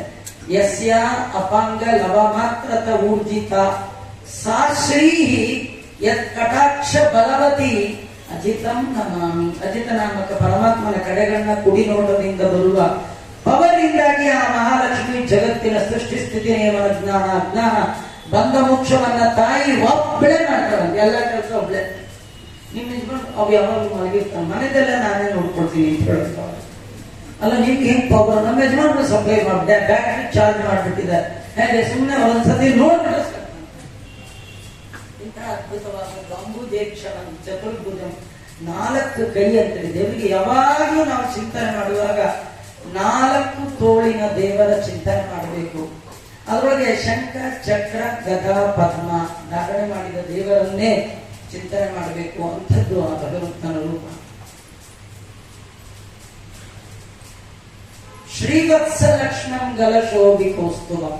ಎದೆಯಲ್ಲಿ ಲಕ್ಷ್ಮ್ಯಾತ್ಮಕವಾದ ಒಂದು ಕಪ್ಪು ಚಿಹ್ನೆ, ಕುತ್ತಿಗೆಯಲ್ಲಿ ಬ್ರಹ್ಮದೇವರಿಂದ ಅಭಿಮನ್ಯಮಾನವಾದಂತ ಒಂದು ಡಾಲರ್ ಕೌಸ್ತುಭ ಮಣಿ. ನಾವೆಲ್ಲ ಡಾಲರ್ ಹಾಕೊಂಡು ಕನ್ನಡಿ ಮುಂದೆ ಇಟ್ಕೊಂಡು ಹೀಗೆ ಹಾಗೆ ಮಾಡ್ಕೋಬೇಕು. ಆದ್ರೆ ದೇವರು ಹಾಕೊಳ್ಳೋ ಡಾಲರ್ ಹಾಗಲ್ಲ. ಆ ಡಾಲರೇ ದೇವರನ್ನು ಕೇಳುತ್ತೆ. ಮೇಲ್ ಬರ ರೈಟ್ ಇದೀನ ಲೆಫ್ಟ್ ಇದೀನ. ಮಾತಾಡೋ ಡಾಲರ್ ಅದು ಯಾರದು? ಬ್ರಹ್ಮದೇವರು. ಬ್ರಹ್ಮಾಧಿಷ್ಠಿತ ಕೌಸ್ತುಭ ರತ್ನೋದ್ಭಾಸಿತ ಕಂಠಾಯ. ದೇವರ ಕುತ್ತಿಗೆಯಲ್ಲಿ ಸದಾ ಹೊಳೆಯುವ ಮಣಿ ಸ್ವಯಂ ಬ್ರಹ್ಮದೇವರು. 2 ಮಣಿ, ಸ್ಪೆಷಲ್ ಮಣಿ ಸಮುದ್ರ ಮಥನದಲ್ಲಿ ಬಂತು. ಜಗತ್ತಿನ ತಂದೆ ತಾಯಿಗಳು ತಾವಿಟ್ಕೊಂಡ್ರು, ನಮ್ಗಿರ್ಲಿ ಅಂತ. ತಂದೆ ಒಂದು ಮಣಿ ಇಟ್ಕೊಂಡ, ತಾಯಿ ಒಂದು ಮಣಿ ಇಟ್ಕೊಂಡ್ಲು. ಒಂದು ಮಣಿಗೆ ಬ್ರಹ್ಮದೇವರು ಅಭಿಮಾನಿಗಳು, ಒಂದು ಮಣಿಗೆ ಮುಖ್ಯ ಪ್ರಾಣದೇವರು ಅಭಿಮಾನಿಗಳು. ಮುಖ್ಯ ಪ್ರಾಣದೇವರು ಅಭಿಮಾನಿಗಳಾಗಿದ್ದೆ ಇದು ತಲೆಯಲ್ಲಿ ಹಾಕುವಂತ ಸೀತಾದೇವಿ ಏನ್ ಹಾಕೊಂಡಿದ್ದಾಳೆ ಆ ಒಂದು ಮಣಿಯಾಗಿ ಬಂದಿರತಕ್ಕಂಥದ್ದು. ಇನ್ನೊಂದು ಬ್ರಹ್ಮದೇವರು ಮಾಡ್ಕೊಂಡಿರ್ತಕ್ಕಂಥ ಮಣಿ ಕೌಸ್ತುಭ ಮಣಿ. 2 ಮಣಿಗಳಿಗೆ ಅಭಿಮಾನಿ ದೇವತೆಗಳು, ಒಂದಕ್ಕೆ ಬ್ರಹ್ಮದೇವರು, ಒಂದಕ್ಕೆ ವಾಯುದೇವರು. ಹಾಗೆ ಕೌಸ್ತುಭ ಮಣಿ ಬ್ರಹ್ಮದೇವರಿಂದ ಅಭಿಮನ್ಯಮಾನವಾದದ್ದು. ಶ್ರೀವತ್ಸ ಕೌಸ್ತುಭ ಧಾರಣೆ ಮಾಡಿದ್ದಾನೆ ಭಗವಂತ. ಪೀತಾಂಬರಂ, ಬಂಗಾರ ಬಣ್ಣದ ರೇಷ್ಮೆ ವಸ್ತ್ರ ಉಟ್ಕೊಂಡಿದ್ದಾನೆ. ಅವನು ವಸ್ತ್ರ ಯಾವಾಗ್ಲೂ ಫಳ ಫಳ ಫಳ ಫಳ ಫಳ ಹೊರಿತಾ ಇರ್ತಾನೆ. ನಮ್ದು ಶೋರೂಮ್ ಅಲ್ಲಿ ಇರುವಾಗ ಮಾತ್ರ ಹೊಡಿತೀವಿ. ನೀವು ಹಾಕೊಂಡು ಒಂದಿನ ಸತ್ಯನಾರಾಯಣ ಮಾಡಿಬಿಟ್ರೆ ಸತ್ಯ ನಾಶ ಆಗ್ಬಿಡುತ್ತೆ. ಯಾವ್ದದು ಬಟ್ಟೆ ಒಂದೇ ದಿನಕ್ಕೆ ಎಲ್ಲ ಸುತ್ತಾಗಿ ಕೂತ್ಕೊಳ್ಳೆ ಅಂದ ತಕ್ಷಣ ಗಾಬರಿಯಾಗಿ ಕೂತ್ಬಿಡುತ್ತ ಕೆಳಗೆ ಎಣ್ಣೆ ಚೆಲ್ಲಿರುತ್ತೆ. ರೇಷ್ಮೆ ಮಾಡಿ ಯೂಸ್ ಅಂಡ್ ಥ್ರೋ ಹಿಂಗಾಗ ಅಲ್ವಾ.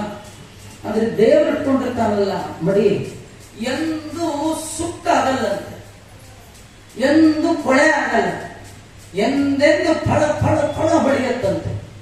ಆಚಾರ್ಯ ಈ ತರದ್ದು ಎಲ್ಲಿ ಸಿಗುತ್ತೆ ನಮಗೂ ಹೇಳ್ಬಿಡಿ, ನಾವು ಒಂದು ಹೊಂಚ್ಕೊಂಡೇ ಹೋಗ್ತೀವಿ ಪಂಚಾಯತ್. ಅದು ಮಾತಾಡುವ ವಸ್ತ್ರವಿ. ಅದೇನಂದ್ರೆ ಸ್ವಯಂ ಮಹಾಲಕ್ಷ್ಮಿಯೇ ವಸ್ತ್ರವಾಗಿ ದೇವರ ಮೈಯನ್ನೆಲ್ಲ ಅಲಂಕಾರ ಮಾಡಿರ್ತಾಳೆ. ಛತ್ರ ಚಾಮರ ವ್ಯಜನ ಪರ್ಯಂಕ ಪಾತ್ರ ರೂಪದಲ್ಲಿ ನಿಂತು ಚಿತ್ರಚರಿತನಾದ ಹರಿಯ ನಿತ್ಯ ತಾನೇ ಸೇವೆ ಮಾಡುತ್ತಿಗಳು ಲಕ್ಷ್ಮಿ. ಏನು ಧನ್ಯಳು. ದೇವರು ಉಪಯೋಗ ಮಾಡುವ ಎಲ್ಲ ವಸ್ತುಗಳು ಸ್ವಯಂ ಮಹಾಲಕ್ಷ್ಮಿ. ದೇವರು ಕೃಷ್ಣನಾಗಿ ಬಂದ ಈ ಟೈಮಲ್ಲಿ ಒಂದು ಪಿಳ್ಳಂಗೋವಿ ಬೇಕು ಅಂತ ಒಂದು ಬ್ಯಾಂಬೂ ಸ್ಟಿಕ್ ಅದು ಹಿಡ್ಕೊಂಡ ಮರದ್ದು. ಲಕ್ಷ್ಮೀ ದೇವಿ ನೋಡಿದ್ಲು, ಅಯ್ಯೋಯ್ಯೋ ಈ ಮರದ್ದು ಇದಕ್ಕೆ ಕೊಂಬಿಗೆ ತುಟಿ ಇಟ್ಟು ಉಪ್ಪು ಅಂತ ಉದ್ದ ಇರ್ತಾರೆ, ಕೊಳದು ಉದ್ಬೇಕಲ್ಲ.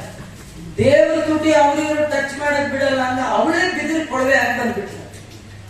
ಇನ್ನೊಂದೇನಾಯ್ತು, ಈ ಊದಿ ಊದಿ ಎಲ್ಲಿಟ್ಕೋಬೇಕ್ರಿ ನಾವೆಲ್ಲ ಊದೋದನ್ನ ಬಾರಿಸೋದನ್ನ ಅವಳು ಇಟ್ಕೊಂಡು ಬ್ಯಾಗ್ ಅವನ ಬ್ಯಾಗಿಗೆ ಇಲ್ಲ. ಅವ್ನ ಏನ್ ಮಾಡ್ತಿದ್ದ, ಊದೋಷ್ಟು ಊದಿ ಆಮೇಲೆ ತೆಗೆದು ಎಲ್ಲಿಟ್ಕೊಳ್ತಿದ್ದ ಸೊಂಟದಲ್ಲಿ. ದೇವರ ಸೊಂಟ ಮುಟ್ಟುವ ಅರ್ಹತೆ ನಂಗಲ್ದೆ ಇನ್ಯಾರಿಗೂ ಇಲ್ಲ ಅಂತ ಸೊಂಟ ತುಟಿ ಎರಡು ನಮ್ದು ಅಂತ ತಿಳಿಸ್ಲಿಕ್ಕೆ ಲಕ್ಷ್ಮಿ ಆ ಬಿದಿರಿನ ಕೊಳವೆ ಆಗಿ ತಾನೇ ಬಂತು. ಏನು ಸಾಧನವ ಮಾಡಿ ಕೃಷ್ಣನ ಕರವ ಸೇರಿ ತೋಕೊಳ್ಳಲು. ಎಷ್ಟು ಸಾಧನೆ ಮಾಡಿರ್ಬೇಕದು ಮಹಾಲಕ್ಷ್ಮಿ. ಹೀಗಾಗಿ ಭಗವಂತ ಅವನು ಹಾಕಿಕೊಳ್ಳುವ ಉಡುವ ಕೊಡುವ ಎಲ್ಲವೂ ಕೂಡ ಯಾರದು? ಮಹಾಲಕ್ಷ್ಮಿ. ಪೀತಾಂಬರಂ ಸಾಂದ್ರ ಪಯೋಧ ಸೌಭಗ ಮಹಾರಹ ವೈಡೂರ್ಯ. ಅತ್ಯಂತ ಬೆಲೆ ಬಾಳುವಂತಹ ನವರತ್ನ ಖಚಿತವಾದ ಕಿರೀಟ, ಪಚ್ಚೆ ರತ್ನ ಮುತ್ತು ಮರಕತ ಗೋಮೇಧಿಕ ಪುಷ್ಯರಾಗ ವಜ್ರ ವೈಡೂರ್ಯದಿಂದ ಕೂಡಿದ ನವರತ್ನ ಖಚಿತವಾದ ಕಿರೀಟವನ್ನ ಧಾರಣೆ ಮಾಡಿದ್ದಾನೆ. ಹೊಳೆವ ಮಕರ ಕುಂಡಲವನ್ನ ಧಾರಣೆ ಮಾಡಿದ್ದಾನೆ. ಕೈಯಲ್ಲಿ ಕಡಗ ಇದೆ, ತೋಳಲ್ಲಿ ತೋಳ್ಬಂದಿ ಮತ್ತು ನಾಗಮರಿಗೆ ಭುಜಕೀರ್ತಿ ಇಂತ ಆಭರಣಗಳು. ಒಂದ್ ಕೈಯಲ್ಲಿ ಹಾಕೊಂಡು 3 ಆಭರಣ. ಇಲ್ಲ ಹಾಕೊಂಡ್ರೆ ಕಡಗ, ಇಲ್ಲ ಹಾಕೊಂಡ್ರೆ ತಿರುಪ್ತಿಯಲ್ಲಿ ನೋಡಿದ್ದೀರಿ ನಾಗಾಭರಣ ಅಂತ, ಅದನ್ನ ನಾಗಮುರಿಗೆ ಅಥವಾ ವಂಕಿ ಅಂತ ಕರೀತಾರೆ. ಅದು ಹೆಣ್ಮಕ್ಳು ಹಾಕೋಬೇಕು ಅಂತ ಏನ್ ರೂಲ್ಸ್ ಇಲ್ಲ ರೀ, ಗಂಡಸರು ಹಾಕೋಬಹುದು. ಏನೇನ್ ಹಾಕೊಂಡ್ರು ಯಾರಿಗೂ ಚೆನ್ನಾಗಿರುತ್ತೆ, ಅವ್ರು ಏನ್ ಹಾಕೊಂಡ್ರು ಚೆನ್ನ. ಚೆನ್ನಕೇಶವನಾದ ಭಗವಂತ ಏನ್ ಹಾಕೊಂಡ್ರು ಚೆನ್ನ, ನಾವ್ ಏನ್ ಹಾಕೊಂಡ್ರು ಚೆನ್ನಾಗಿ. ಯಾಕಂದ್ರೆ ನಾವು ಚೆನ್ನಕೇಶವ ಅಲ್ಲ ಅಲ್ವಾ, ನಾವು ಸ್ವಲ್ಪ ಹೊತ್ತು ಚೆನ್ನಾಗಿರ್ತೀವಿ ಅಷ್ಟೇ.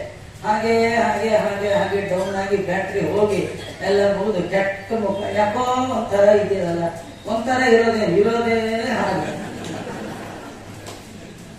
ದೇವರು ಯಾವಾಗೂ ಇರೋದೇ ಹಾಗೆ. ಅವನ ಚೆನ್ನಕೇಶವ ಎಲ್ಲೋ ಆಭರಣ ಗಿಭರಣ ಎಲ್ಲ ದಾನ ಮಾಡಿ ಪೀತಾಂಬರ ಎಲ್ಲ ಉಟ್ಕೊಂಡು ಸಾಕ್ಷಾತ್ ಮನ್ಮಥ ಅದ್ಭುತವಾದ ರೂಪ. ಕೋಟಿ ಸೂರ್ಯ ಪ್ರಭೆಯನ್ನ ಧಿಕ್ಕರಿಸುವಂತಹ ರೂಪವನ್ನ ನೋಡಿ ವಸುದೇವ ಸ್ತೋತ್ರ ಮಾಡಿದ, ದೇವಕಿ ಸ್ತೋತ್ರ ಮಾಡಿದರು. ವಸುದೇವ ದೇವಕಿಯರಿಗೆ ಭಗವಂತ ಹೇಳ್ತಾ ಇದ್ದಾನೆ, ನೀವು ಜನ್ಮಾಂತರದಲ್ಲಿ ಅರ್ಥಾತ್ ಆದಿ ಮನ್ವಂತರ ಸ್ವಯಂಭೂ ಮನ್ವಂತರದಲ್ಲಿ ಅಮ್ಮ ನೀನು ಕೃಷ್ಣಿ ಅಂತ ಹುಟ್ಟಿದ್ದೆ, ನಿನ್ನ ಗಂಡ ಸುತಪ ಅಂತ ಹುಟ್ಟಿದ್ದ.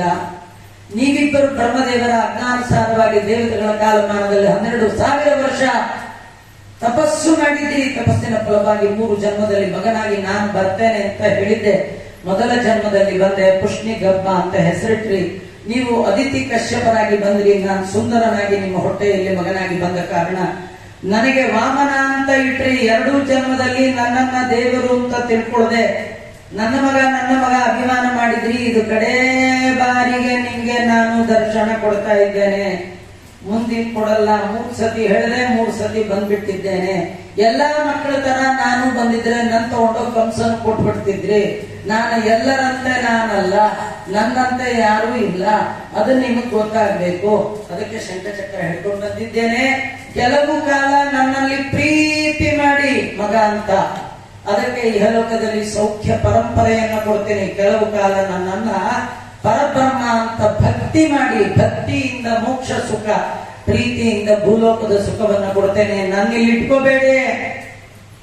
ನಾನು ಕರ್ಕೊಂಡು ಹೋಗಿ ನಂದ ಗೋಕುಲದಲ್ಲಿ ಯಶೋದೆಯ ಮಡಿಲಲ್ಲಿ ಮಲಗಿಸಿ ಅಲ್ಲಿರುವ ಹೆಣ್ಣು ಕೂಸು ತಗೊಂಡ್ ಬನ್ನಿ, ಮುಂದಿಂದೆಲ್ಲ ತೆರೆ ಮೇಲೆ ನೋಡಿ ಆನಂದಿಸಿ, ಬ್ರೇಕ್ಗೆ ಬಾತ್ ಅಂತ. ರಾತ್ರಿ 12-1 ಗಂಟೆಗೆ ಆಗ ಮಗು ನೆತ್ಕೊಂಡು ಹೊರಗೆ ಹೊರಟ. ತುಂಬಾ ಕತೆ ಇದೆ, ಅದ್ರ ಜೊತೆಗೆ ತುಂಬಾ ಟೈಮ್ ಆಗೋಗುತ್ತೆ. 7 ಗಂಟೆ ಮುಗಿದಾಯ್ತು.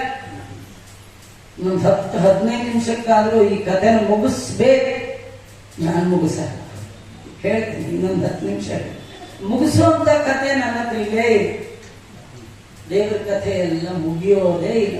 ನಾವು ಬೇಕಾದ್ರೆ ಮುಗಿದು ಹೋಗ್ಬೋದು, ದೇವ್ರ ಕಥೆ ಮುಗಿಬಾರ್ದು. ವಸುದೇವ ಆ ಮಗುವನ್ನ ಹೊತ್ತು ಆ ಕಡೆ ನಂದಗೋಕುಲಕ್ಕೆ ಹೋಗ್ಬೇಕು ಅಂತ ಬಂದು ನೋಡ್ತಾನೆ, ಯಮುನಾ ನದಿ ಅಡ್ಡ. ಹಾಗೇರಿ ದೇವರು ನಡ್ಕೊಂಡು ಹೋದ್ರೆ ಭಾರಿ ಪ್ರಾಬ್ಲಮ್. ಏನೇನೋ ಅಡ್ಡ ಅಲ್ಲ, ಅಡ್ಡಿ ಆತಂಕಗಳು ಬರುತ್ತೆ. ಎಷ್ಟು ಕಷ್ಟ ಬಂದ್ರು ಭಗವಂತ ನಿನ್ನನ್ನು ಬಿಡಲ್ಲ ಅಂತ ಗಟ್ಟಿ ಹಿಡಿದವರಿಗೆ ಮಾತ್ರ ದೇವರು ಅನುಗ್ರಹ ಮಾಡ್ತಾನೆ. ತೋರಿಸಿದ ಕಥೆ ಈ ವಸುದೇವನ ಕಥೆ. ತಲೆಯಲ್ಲಿ ಮಗುವನ್ನು ಹೊತ್ತು ಹೊರಟ್ರೆ ನದಿ ಅಡ್ಡ ಬಂದಾಗ ಕಾಲಿಟ್ಟ, ನದಿ ಇಬ್ಬಾಗ ಆಗೋಯ್ತು. ದೇವರನ್ನು ಹಿಡಿದು ಹೊರಟ್ರೆ ದೇವರೇ ನಿಮಗೆ ಮಾರ್ಗವನ್ನ ತೋರಿಸ್ತಾನೆ. ದೇವರನ್ನು ಬಿಟ್ಟು ಹೋಗಬೇಡಿ. ದೇವರನ್ನ ಹಿಡಿದು ಹೋದ, ನದಿಯಲ್ಲೂ ಮಾರ್ಗ ಆಯ್ತು. ನಂದಗೋಪನ ಮನೆಯಲ್ಲಿ ಒಂದು ಹೆಣ್ಣು ಮಗು ಹುಟ್ಟಿತ್ತು. ಎಲ್ಲ ಮಲಗಿಬಿಟ್ಟಿದ್ರು. ಯಾಕೆ ಮಲಗಿದ್ರು ಅಂದ್ರೆ ಆ ಹುಟ್ಟಿದ ಮಗು ನಿದ್ದೆಗೆ ದೇವತೆ. ತಾನು ಬಂದ ತಕ್ಷಣ ತಂದು ಮಹಿಮಾ ಎಲ್ಲರಿಗೂ ಎಲ್ಲ ಮಲಗಿದ್ರು ಅಲ್ಲ, ಹೆತ್ತ ಅಮ್ಮನೇ ಮಲಗಿದ್ರು. ಅವಳದ್ದು ಏನ್ ಪ್ರಾಬ್ಲಮ್ ಅಂದ್ರೆ ಭಾಗವತ ಹೇಳುತ್ತೆ ಅವಳಿಗೆ ಮಗು ಹುಟ್ಟು ಅನ್ನೋದು ಗೊತ್ತಾಯ್ತಂತೆ. ಗಂಡೋ ಹೆಣ್ಣೋ ನೋಡೋಣ ಅನ್ನೋದ್ರೊಳಗೆ ಅಂತ ಗೊರಕೆ ಬಂದೇ. ಕೆಲವರು ಮಾತಾಡ್ತಾ ಅರ್ಧ ಗೊರಕೆ ಹೋಗ್ಬಿಡ್ತಾರೆ.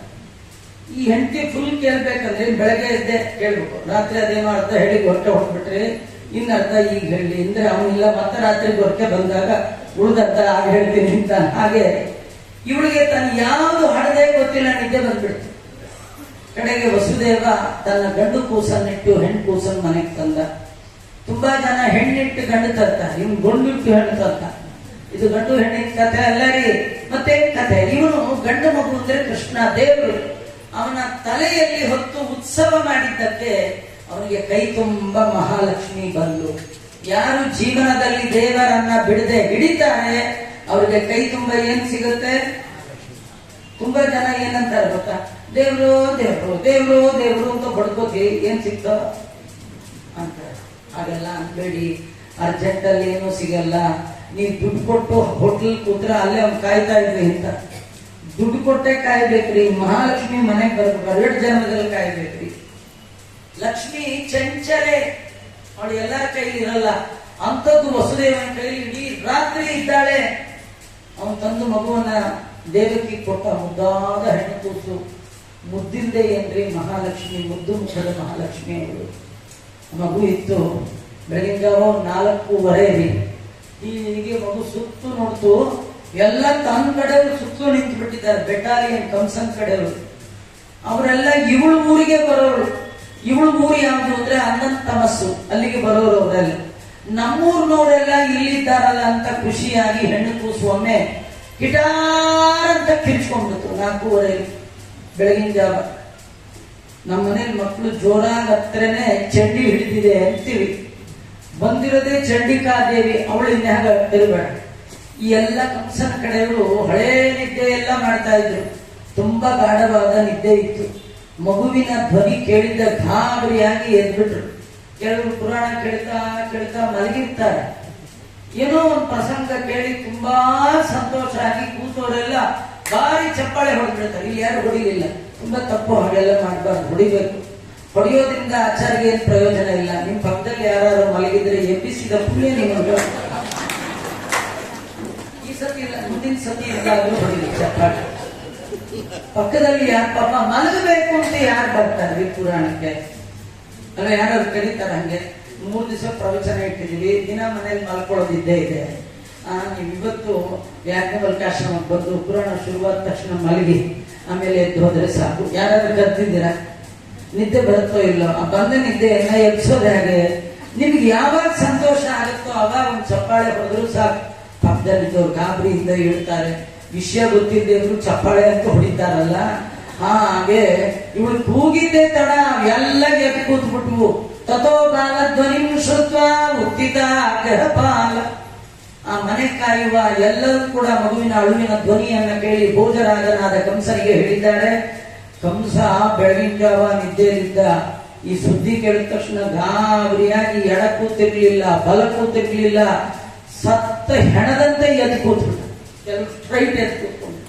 ಹಾಗೆಲ್ಲ ಹೇಳ್ಬಾರ್ದು. ಮಲಗುವಾಗ ಎಡಮಗ್ಗಲಾಗಿ ಮಲಗಬೇಕು, ಏಳುವಾಗ ಬಲಮಗ್ಗಲಾಗಿ ಹೇಳ್ಬೇಕು. ಏಳುವಾಗ ಹೇಗೆ ಹೇಳ್ಬೇಕು, ಮಲಗುವಾಗ ಹೇಗೆ ಮಲಗಬೇಕು.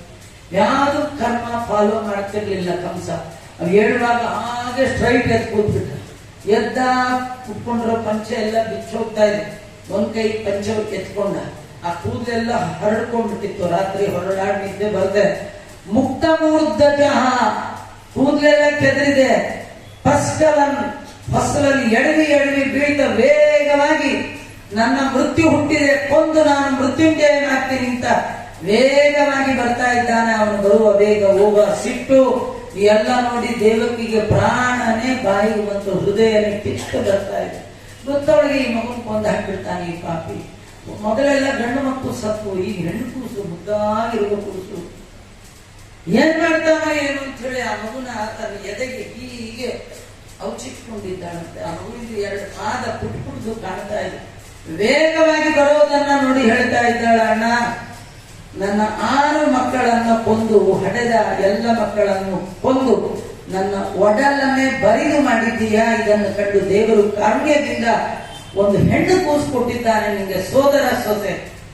ನನ್ನ ಕಣ್ಣಿನ ರೆಪ್ಪೆಯಂತೆ ಇದರ ರಕ್ಷಣೆ ಮಾಡ್ತೀನಿ, ನಿನ್ ತಂಟೆಗೆ ಬರಬಾರದು, ಹಾಗೆ ನೋಡ್ಕೊಳ್ತೀನಿ. ಇದೊಂದು ಹೆಣ್ಣನ್ನು ನನಗೆ ಬಿಟ್ಟು ಕೊಡು ಅಂತ ಅಂಗಲಾಚಿ ಬೇಡಿ ಕೇಳ್ತಾ ಇದ್ದಾಳೆ. ಅಣ್ಣ ನನ್ನ ದಮ್ಮಯ್ಯ ಇಟ್ಟು ಕಾರುಣ್ಯನೇ ಬರಲಿಲ್ಲ, ಕರುಣೆನೇ ಬರಲಿಲ್ಲ ಅಂತ ಒಂದು ಕೈಯಲ್ಲಿ ಎಡಗೈಯಲ್ಲಿ ಅವಳ ಕುತ್ತಿಗೆ ಕೈ ಹಾಕಿದ, ಇನ್ನೊಂದು ಕೈಯಲ್ಲಿ ಆಗತಾನೆ ಹುಟ್ಟಿದ 2 ಪುಟ್ಟ ಪಾದಗಳ ಮಗುವನ್ನ 2 ಕಾಲು ಒಂದೇ ಕಾಲು ತಳ್ಳಿ ಮಗುವನ್ನ ಹೇಳ್ತಾರೆ.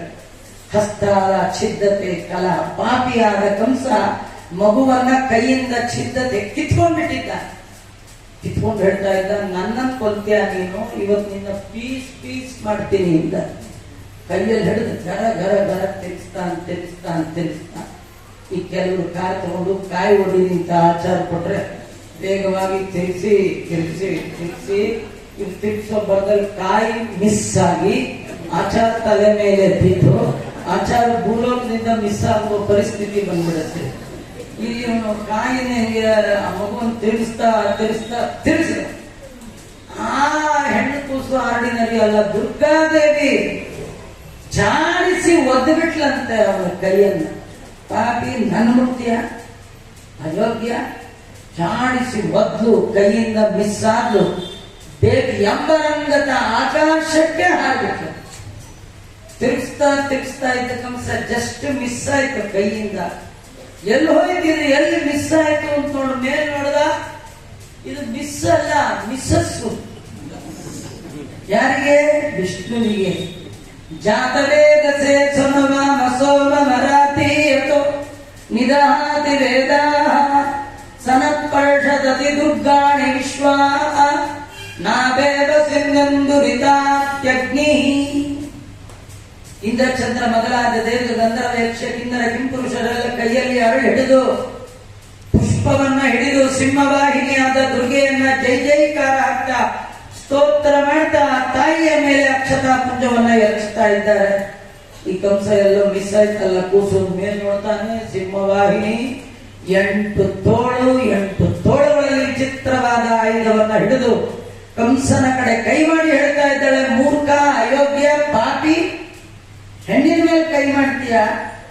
ನಿನ್ನನ್ನು ಕೊಲ್ಲುವ ಮೃತ್ಯು ದೇವತೆ ಹುಟ್ಟಿ ಆಯ್ತು, ಸಾಯುವ ದಿನಗಳು ಬಂದಾಯ್ತು, ಖಂಡಿತವಾಗಿ ನೀನು ಸಾಹಿತ್ಯ ಅಂತ ಹೇಳಿ ಮತ್ತು ಆಕಾಶಕ್ಕೆ ಹಾರಿದ್ದಾಳೆ.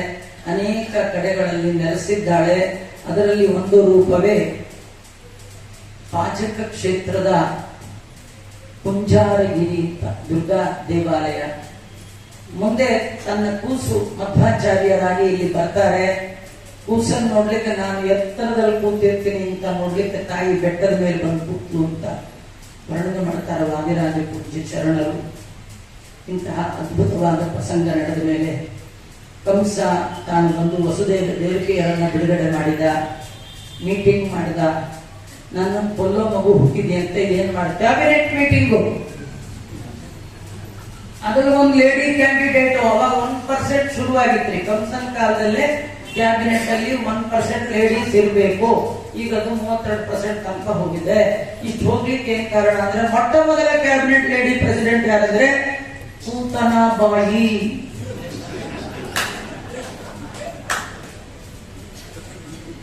ಪೂತನಾಬಾಯಿ ಅದರಿಂದ ಅಂದ್ಲು, ನೀವ್ ಯಾಕೆ ಯೋಚನೆ ಮಾಡ್ತೀರ, ನಾವಿದೀವಿ, ಹುಟ್ಟಿದ ಎಲ್ಲ ಮಕ್ಕಳನ್ನು ಕೊಂದು ಹಾಕ್ಬಿಡ್ತೀನಿ, ಯಾಕೆ ಯೋಚನೆ.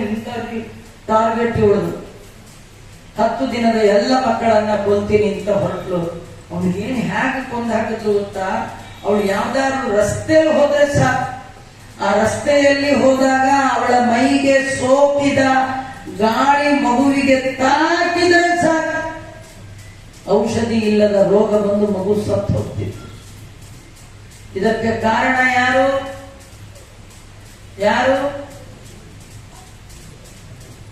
ಪೂತನ. ಅದೇ ತರ ಬಂದದ್ದು ಇನ್ನೊಂದು ಕರೋನ. ಮೊದಲೊಂದು ಹೇಳಿದ್ದೆ ವೇನ, ಆಮೇಲೆ ಕರೋನ, ಮತ್ತೆ ಪೂತನ. ಇವೆಲ್ಲ ಇದ್ದವ್ರನ್ನೆಲ್ಲ ನಾ ಇಲ್ಲ ಅಂತ ಅನ್ಸು. ಸಾವಿರ ಮಕ್ಕಳನ್ನ ಕೊಂದಂತ ಈ ಪೂತನೆ ಕೃಷ್ಣ ಮಗುವಾಗಿರುವಾಗ ಇವನನ್ನು ಕೊಲ್ಲಬೇಕು ಅಂತ ಬಂದು ಕೃಷ್ಣನಿಂದ ಹತಳಾಗಿದ್ದಾಳೆ. ಪೂತನ ಪ್ರಾಣಾಪಹರ್ತನಾಗಿದ್ದಾನೆ. ಭಗವಂತ ಸಾಯುವ ಕಾಲಕ್ಕೆ 15 ಹರಿದಾರಿ ದೂರದ ಎಲ್ಲ ವೃಕ್ಷಗಳನ್ನ ಕೆಡವಿ ತಾನು ಪ್ರಾಣತ್ಯಾಗ ಮಾಡಿದ್ದಾಳೆ. ತುಂಬಾ ಕಥೆ ಇದೆ. ಇದು ಪೂತನ ಸಂಹಾರ ಅಂತ ಅನ್ಬಾರ್ದಂತೆ. ಏತತ್ ಪೂತನ ಮೋಕ್ಷಂ ಅನ್ಬೇಕು. ಪೂತನಿಗೆ ಮೋಕ್ಷ ಅದೇನಂದ್ರೆ, ಪೂತನಿ ಕೃಷ್ಣನ ಹತ್ರ ಬಂದು ಕೃಷ್ಣ ಕೇಳಿದ, ಯಾರು ನೀನು ಮುಂದ. ಇದು ದೇವರಿಗೆಲ್ಲ ಗೊತ್ತು, ಆದ್ರೂ ಅವಳ ಬಾಯಲ್ಲೇ ಹೇಳಿಸ್ತಾರೆ, ಯಾರು ನೀನು. ಅದಕ್ಕೆ ಅವಳಂದು ಪೂತನ ಅಂದ್ಲು. ಕೃಷ್ಣ ಅಂದ, ಆಯ್ತು ಸರಿ ಮಾಡ್ತೀನಿ ಅಂತ. ನಮ್ಗೇನು ಅರ್ಥನೇ ಆಗಲ್ಲ. ದೇವ್ರು ಕೇಳಿದ್ದೇನು ಅಂದ್ರೆ ಯಾರು ನೀನು. ಅದಕ್ಕೆ ಅವಳೇನಂದು ಪೂತ ನ ಅಂದ್ಲು. ಪೂತ ಅಂದ್ರೆ ಪವಿತ್ರ, ನ ಅಂದ್ರೆ ಅಲ್ಲ. ಏನಲ್ಲ, ನಿನ್ನ ಮುಂದೆ ಹೆಸರು ಹೇಳುವಷ್ಟು ಪವಿತ್ರಳು ನಾನಲ್ಲ, ನಾನು ಅತ್ಯಂತ ಅಪವಿತ್ರಳಾಗಿದ್ದೇನೆ. ಕೃಷ್ಣ ಅಂದ, ನಿನ್ನನ್ನ ಪವಿತ್ರನಾಗಿ ಮಾಡುವ ಜವಾಬ್ದಾರಿ ನಂದು ಅಂತ ಹೇಳಿ ಅವಳನ್ನ ಸಂಹಾರ ಮಾಡಿದ. ಏನ್ ಕತೆ ಅಂದ್ರೆ, ಪೂತನೆ ಅನ್ನೋದು ಯಾರ ಹೆಸರು ಅಲ್ಲರಿ, ಮನೆಗೆ ಹೆಸರು. ಈ ಮನೆ ಒಳಗೆ 2 ಜೀವ ಇದ್ದ ಒಂದು ಮನೆಗೆ ಹೆಸರೇನು? ಪೂತನ. 2 ಜೀವ ಯಾವುದು? ಒಂದು ರಾಮಾಯಣ ಕಾಲದ ತಾಟಕೆ, ಇನ್ನೊಂದು ದೇವಲೋಕದ ಊರ್ವಶಿ. ಇಬ್ಬರಿಗೆ ಒಂದೇ ರೂಮ್ ಮನೆ ಅಲಾಟ್ ಆಗಿತ್ತು. ಅದರ ಹೆಸರೇನು? ಪೂತನ. ದೇವರು ಕೇಳಿದ್ದು ಯಾರನ್ನ, ಮಾತಾಡಿಸಿದ್ ಯಾರನ್ನ? ಊರ್ವಶಿಯನ್ನ. ಊರ್ವಶಿಗೆ ದೇವರು ಕೇಳಿದ, ಯಾರು ನೀನು? ಊರ್ವಶಿ ಎಂದು, ನಾನು ಹೆಸರು ಹೇಳುವಷ್ಟು ಒಳ್ಳೆಯವಳಲ್ಲ, ಯಾಕೆಂದ್ರೆ ಕೆಟ್ಟವಳು ಸಹವಾಸ ಮಾಡಿದ್ರು ಅಂದ್ರೆ ನಾನು ಪೂತನಿ, ಪೂತ ನ ಅಲ್ಲ ಅಂದ್ಲು. ಅದಕ್ಕೆ ದೇವರನ್ನ ಅವಳಿಂದ ನಿನ್ ಬಿಡುಗಡೆಗೊಳಿಸಿ ನಿನ್ನನ್ನ ಪವಿತ್ರಳನ್ನಾಗಿ ಮಾಡ್ತೇನೆ ಅಂತ. ಆಗ ತೊಡೆ ಮೇಲೆ ಹಾಕೊಂಡು ಪೂತನೆ ಈ ಮಗುವಿಗೆ ಹಾಲು ಕೊಟ್ಟು ಸಂಹಾರ ಮಾಡಬೇಕು ಅಂತ ವಿಚಾರ ಮಾಡಿ ತೊಡೆಯಲ್ಲಿ ಮಲಗಿಸಿಕೊಂಡು ಹಾಲು ಕೊಡ್ತಾ ಇದ್ದಾಳೆ. ಕೊಟ್ಟವರು ಇಬ್ರು, ಕೊಡಕ್ಕಿದ್ದದ್ದು ಒಂದು. ಕೊಡಕ್ಕಿರುವ ಒಂದು ವಸ್ತು ಯಾವುದು? ವಿಷದ ಹಾಲು. ಕೊಟ್ಟವರು ಯಾರು? ಇಬ್ರು. ಒಂದು ಪೂತನಿ ಒಳಗಿರುವಂತಹ ತಾಟಕಿ, ಇನ್ನೊಬ್ಳು ಊರ್ವಶಿ. ಕೊಟ್ಟದ್ದು ಒಂದೇ ಆದರೂ ಕೊಡುವಾಗ ಭಾವನೆ ಮಾತ್ರ ವ್ಯತ್ಯಾಸ. ತಾಟಕಿ ಕೊಡುವಾಗ ಕೊಲ್ಲುವ ಬುದ್ಧಿಯಿಂದ ಕೊಟ್ಟಿದ್ದಾಳೆ, ಊರ್ವಶಿ ಕೊಡುವಾಗ ಕೊಡುವ ಬುದ್ಧಿಯಿಂದ ಕೊಟ್ಟಿದ್ದಾಳೆ. ಅರ್ಪಣಾ ಭಾವ. ಕೊಡುವ ಬುದ್ಧಿಯಿಂದ ಕೊಟ್ಟವಳನ್ನ ಭಗವಂತ ಉದ್ಧಾರ ಮಾಡಿದ, ಕೊಲ್ಲುವ ಬುದ್ಧಿಯಿಂದ ಕೊಟ್ಟವಳನ್ನ ಸಂಹಾರ ಮಾಡಿದ. ನೀವು ಕೊಡೋದು ಏನು ಅದು ಮುಖ್ಯ ಅಲ್ಲ, ವಸ್ತುವಿನ ಹಿನ್ನೆಲೆಯಲ್ಲಿರುವ ಭಾವ ಮುಖ್ಯ. ನೀವು ಭಗವಂತನಿಗೆ ಅರ್ಪಣಾ ಭಾವದಿಂದ ಏನು ಕೊಟ್ಟರೂ ಕೂಡ ಭಗವಂತ ಸ್ವೀಕಾರ ಮಾಡ್ತಾನೆ. ಪೂತನಿ ಕೊಟ್ಟ ವಿಷದ ಹಾಲನ್ನೇ ಕುಡಿಯಲಿಕ್ಕೆ ಸಿದ್ಧನಾದ ಭಗವಂತ ಬಿಡುವನೇ ನಾವಿತ್ತ ಕರ್ಮ ಫಲವ. ನೀವೇನಾದ್ರೂ ಕರ್ಮ ಮಾಡಿ ಆ ಕರ್ಮವನ್ನು ಭಗವಂತನಿಗೆ ಅರ್ಪಣೆ ಮಾಡಿದರೆ ಖಂಡಿತ ದೇವರು ತೆಗೆದುಕೊಳ್ತಾನೆ. ಅದಕ್ಕೆ ನಾವು ಮಾಡುವ ಎಲ್ಲ ಕರ್ಮಗಳನ್ನ ಏನನ್ಬೇಕು? ಕೃಷ್ಣಾರ್ಪಣಮಸ್ತು ಅಂತ ಅನ್ಬೇಕು. ಅಂತಹ ಕೃಷ್ಣ ಪೂತನಿಯನ್ನ ಸಂಹಾರ ಮಾಡಿದ, ತೃಣಾವ್ರತನನ್ನ ಸಂಹಾರ ಮಾಡಿದ, ಇನ್ನೊಬ್ಬ ಶಕಟಾಸುರ ಅಂತ ಬಂದ ಅವನನ್ನ ಸಂಹಾರ ಮಾಡಿದ. ಆ ಮಗುವಿಗೆ ಕೃಷ್ಣ ಅಂತ ನಾಮಕರಣ ಮಾಡಿದ್ರು. ಮುಂದೆ ಅನೇಕ ಮನೆಗಳಲ್ಲಿ ಹೋಗಿ ಹಾಲು ಮೊಸರು ಬೆಣ್ಣೆ ಕದ್ದು ತಿಂದ. ಅವರೆಲ್ಲ ಕಂಪ್ಲೇಂಟ್ ಹೇಳಿದ್ರು. ಆ ಕೃಷ್ಣನಿಗೆ ಏನಾದ್ರು ಮಾಡಿ ಸರಿಯಾಗಿ ಶಾಸ್ತಿ ಮಾಡಬೇಕು ಅಂತ ಹೇಳಿ ಅವನ್ನ ಹೊರಳು ಕಟ್ಟಕ್ಕೆ ಹೋಗಿದ್ದಾಳೆ, ಕಟ್ಟಿಸ್ಕೊಳ್ಳಿಲ್ಲ. ದೇವರು ಕೇಳ್ಕೊಂಡ್ಲು. ದೇವರು 3 ಇಂಚ್ ಹಗ್ಗದಿಂದ ಹೊರಳನ್ನು ಕಟ್ಟಿಸ್ಕೊಂಡ. ಕೃಷ್ಣ ಕಟ್ಟಿಸ್ಕೊಂಡು ಹೊರಳು ಎಳ್ಕೊಂಡು ಹೋಗಿ ಇಬ್ಬರು ಕುಬೇರನ ಮಕ್ಕಳು, ಅವರು ಅರ್ಜುನ ವೃಕ್ಷಗಳಾಗಿ ಹುಟ್ಟಿದ್ರು. ಒಬ್ಬನ ಹೆಸರು ನಲಕುಬರ, ಮತ್ತೊಬ್ಬ ಮಣಿಗ್ರೀವ. ಅವರನ್ನ ಭಗವಂತ ಉದ್ಧಾರ ಮಾಡಿದ. ವಯಸ್ಸಾದ ಮೇಲೆ ಭಗವಂತ ಸ್ವಲ್ಪ ವಯಸ್ಸು ಬಂದಾಗ ಅವನು ಕಂಸನನ್ನ ಸಂಹಾರ ಮಾಡಿದ್ದಾನೆ. ಅದಕ್ಕೆ ಮುಂಚೆ ಭಗವಂತ ತ್ರಿವಕ್ರೆ ಏನಿದ್ದಾಳೆ ಅವಳನ್ನ ಕೃಷ್ಣ ಉದ್ಧಾರ ಮಾಡಿದ. ಸುಧಾಮನನ್ನ ಉದ್ಧಾರ ಮಾಡಿದ್ದಾನೆ. ಮಾಲಾಕಾರ ಒಬ್ಬ ಅಗಸ ಬಂದ, ಅವನೆಲ್ಲ ಮುಂದೆ 2 ಬಟ್ಟೆ ಕೊಡುವಂದ. ನೀನು ದನ ಕಾಯೋನು, ನಿನಗೆ ಈ ರಾಜರ ಪೋಷಾಕ ಹಾಕೊಳ್ಳಿಕ್ಕೆ ಬರಲ್ಲ, ನಿನಗೆ ದನ ಕಾಯೋ ಡ್ರೆಸ್ಸೇ ಚೆನ್ನಾಗಿದೆ ಅಂತ. ಕೃಷ್ಣ ಅಂದ, ಜನ ಕಾಯುವ ನನ್ನನ್ನ ದನ ಕಾಯುವ ಅಂತ ಬೈಕ್ಯ ತೆಗೆದು ಕೈಯಿಂದ ಒಂದು ಕೆನ್ನೆ ಕೊಡ್ತಾರೆ. ಆ ಕೆನ್ನೆ ಅಲ್ಲ, ಆ ತಲೆನೇ ಕೆಳಗೆ ಬಿದ್ದೋಯ್ತು. ಇದನ್ನೇ ಕರಾಟೆ ಅಂತ ಕರೀತಾರೆ. ಕರಾಟೆ ಅಂದ್ರೆ ಕನ್ನಡ ಅಲ್ಲ. ಕರ ಅಂದ್ರೆ ಕೈ, ಅಠ ಅಂದ್ರೆ ಸಂಹಾರ. ಕೈಯಿಂದ ಸಂಹಾರ ಮಾಡುವ ಕಲೆಯನ್ನ ಮೊಟ್ಟ ಮೊದಲ ಬಾರಿಗೆ ಜಗತ್ತಿನಲ್ಲಿ ತೋರಿಸಿಕೊಟ್ಟವ ಯಾರು? ಅದಕ್ಕೆ ಇವತ್ತು ನಮ್ಮಲ್ಲಿ ಕೃಷ್ಣಾಷ್ಟ ಕರಾಟೆ ಆಡೋರು ಯಾರಿಲ್ಲ. ಒಂದ್ಸತಿ ಕೊಟ್ಟ ತಲೆನೇ ಕೆಳಗೆ ಬಿದ್ದೋಯ್ತು. ಎಲ್ಲ ವಸ್ತ್ರಾಭರಣಗಳನ್ನು ಹಾಕೊಂಡಿದ್ದಾರೆ. ಕುವಲೆಯ ಪೀಠ ಅನ್ನುವ ಆನೆಯನ್ನ ಭಗವಂತ ಸಂಹಾರ ಮಾಡಿದ. ಮೇಲ್ಕೂತ ಅಂಬಷ್ಟ ಅನ್ನುವ ಮಾವುಟಿಗ, ಅವನನ್ನ ಸಂಹಾರ ಮಾಡಿದ. ಚಾಣೂರ ಮುಷ್ಟಿಕರನ್ನ ನುಂಗಿ ನೀರು ಕುಡಿದ ಕೃಷ್ಣ. ಮಂಚಸ್ತಂಭಾತುಲಂ ಕಂಸಂ, ಎತ್ತರದ ಸಿಂಹಾಸನದಲ್ಲಿ ಕುಳಿತ ಕಂಸನ ಜುಟ್ಟು ಹಿಡಿದು ಕೆಳಗೆ ಹಾಕಿ ಎದೆ ಮೇಲೆ ಒಂದೇ ಗುದ್ದದ. 2ನೇ ಗುದ್ದು ಕಂಸ ಇರ್ಲಿಲ್ಲ. ಯಾಕೆ ಇರ್ಲಿಲ್ಲ ಅಂದ್ರೆ, ಈ ಮನೆ ಒಳಗೆ ಯಾರಾದ್ರೂ ಇದ್ರೆ ಹೊರಗಿನಿಂದ ಬಂದವರು ಮನೆ ಬಾಗಿಲ ತಟ್ಟಿದ ತಕ್ಷಣ ಥಟ್ ಅಂತ ಬಂದೇ ಅಂತ ಬಾಗಿಲು ತೆಗಿತಾರಲ್ಲ, ಹಾಗೆ ದೇವರು ಕಂಸನ ಎದೆ ಮೇಲೆ ಕೂತು ಒಮ್ಮೆ ಹೀಗೆ ಗುದ್ದದ. ಆ ಕಂಸನ ಒಳಗಿರುವ ಪ್ರಾಣ ದೇವರು ಬಂದೇ ಅಂತ ಓಪನ್ ಹಾರ್ಟ್ ಮಾಡ್ಕೊಂಡು ಈಚೆಗೆ ಬಂದ್ಬಿಟ್ಟ. ಆ ವಾಯುದೇವರು ಈಚೆಗೆ ಬಂದ್ರು ಅಂದ್ರೆ ಏನರ್ಥ? ಕರ್ಣಾಭಿಮಾನಿಗಳು ದೇಹವ ಬಿಡಲು ಕುರುಡ ಕಿರುಡ ಮೂಕೆಯನ್ನೆನಿಸುವ ಒಳಗಿರುವ ವಾಯುದೇವರು ಹೊರ ಬಂದ್ರೆ ಏನಂತಾರೆ? ಹಾರ್ಟ್ ಅಟ್ಯಾಕ್ ಅಂತಾರಲ್ಲ. ಅದು ಯಾರಿಗಾಯ್ತು? ಕಂಸನಿಗಾಗಿದೆ. ಕಂಸನ ಸಂಹಾರವನ್ನ ಭಗವಂತ ಮಾಡಿದ. ಉಗ್ರಸೇನನನ್ನ ಬಂದೀಖಾನೆಯಿಂದ ಬಿಡಿಸಿದ. ತಂದೆ ತಾಯಿಗಳಿಗೆ ಬೇಡಿಯಿಂದ ಬಿಡಿಸಿದ.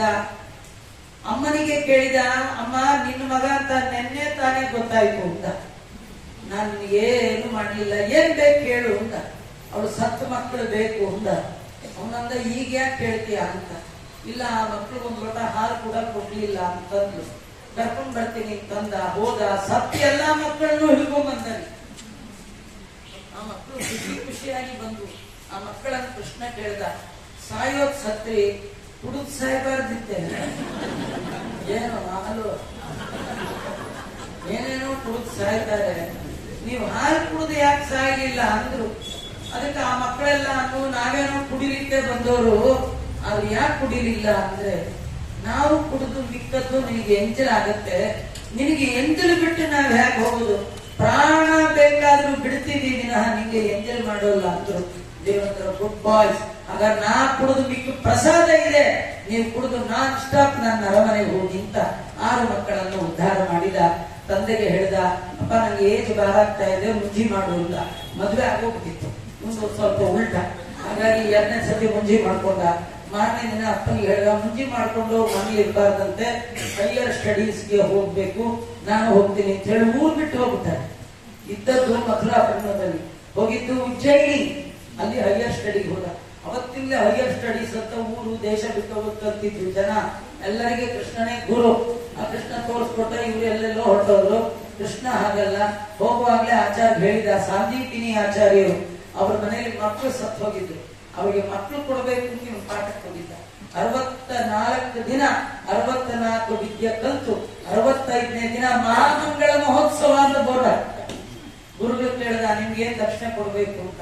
ಅವರಂದ್ರು ನೀ ಏನ್ ನಮ್ ದಕ್ಷಿಣೆ ಕೊಡಬೇಡ, ನಾನೇ ನಿನಗೂ ಪ್ರದಕ್ಷಿಣೆ ಮಾಡ್ಬಿಡ್ತೀನಿ ಅಂತ ಹೇಳಿ ಅವ್ನಿಗೆ ಪ್ರದಕ್ಷಿಣೆ ಮಾಡಿ ಕೈ ಮುಗಿದ್ರು.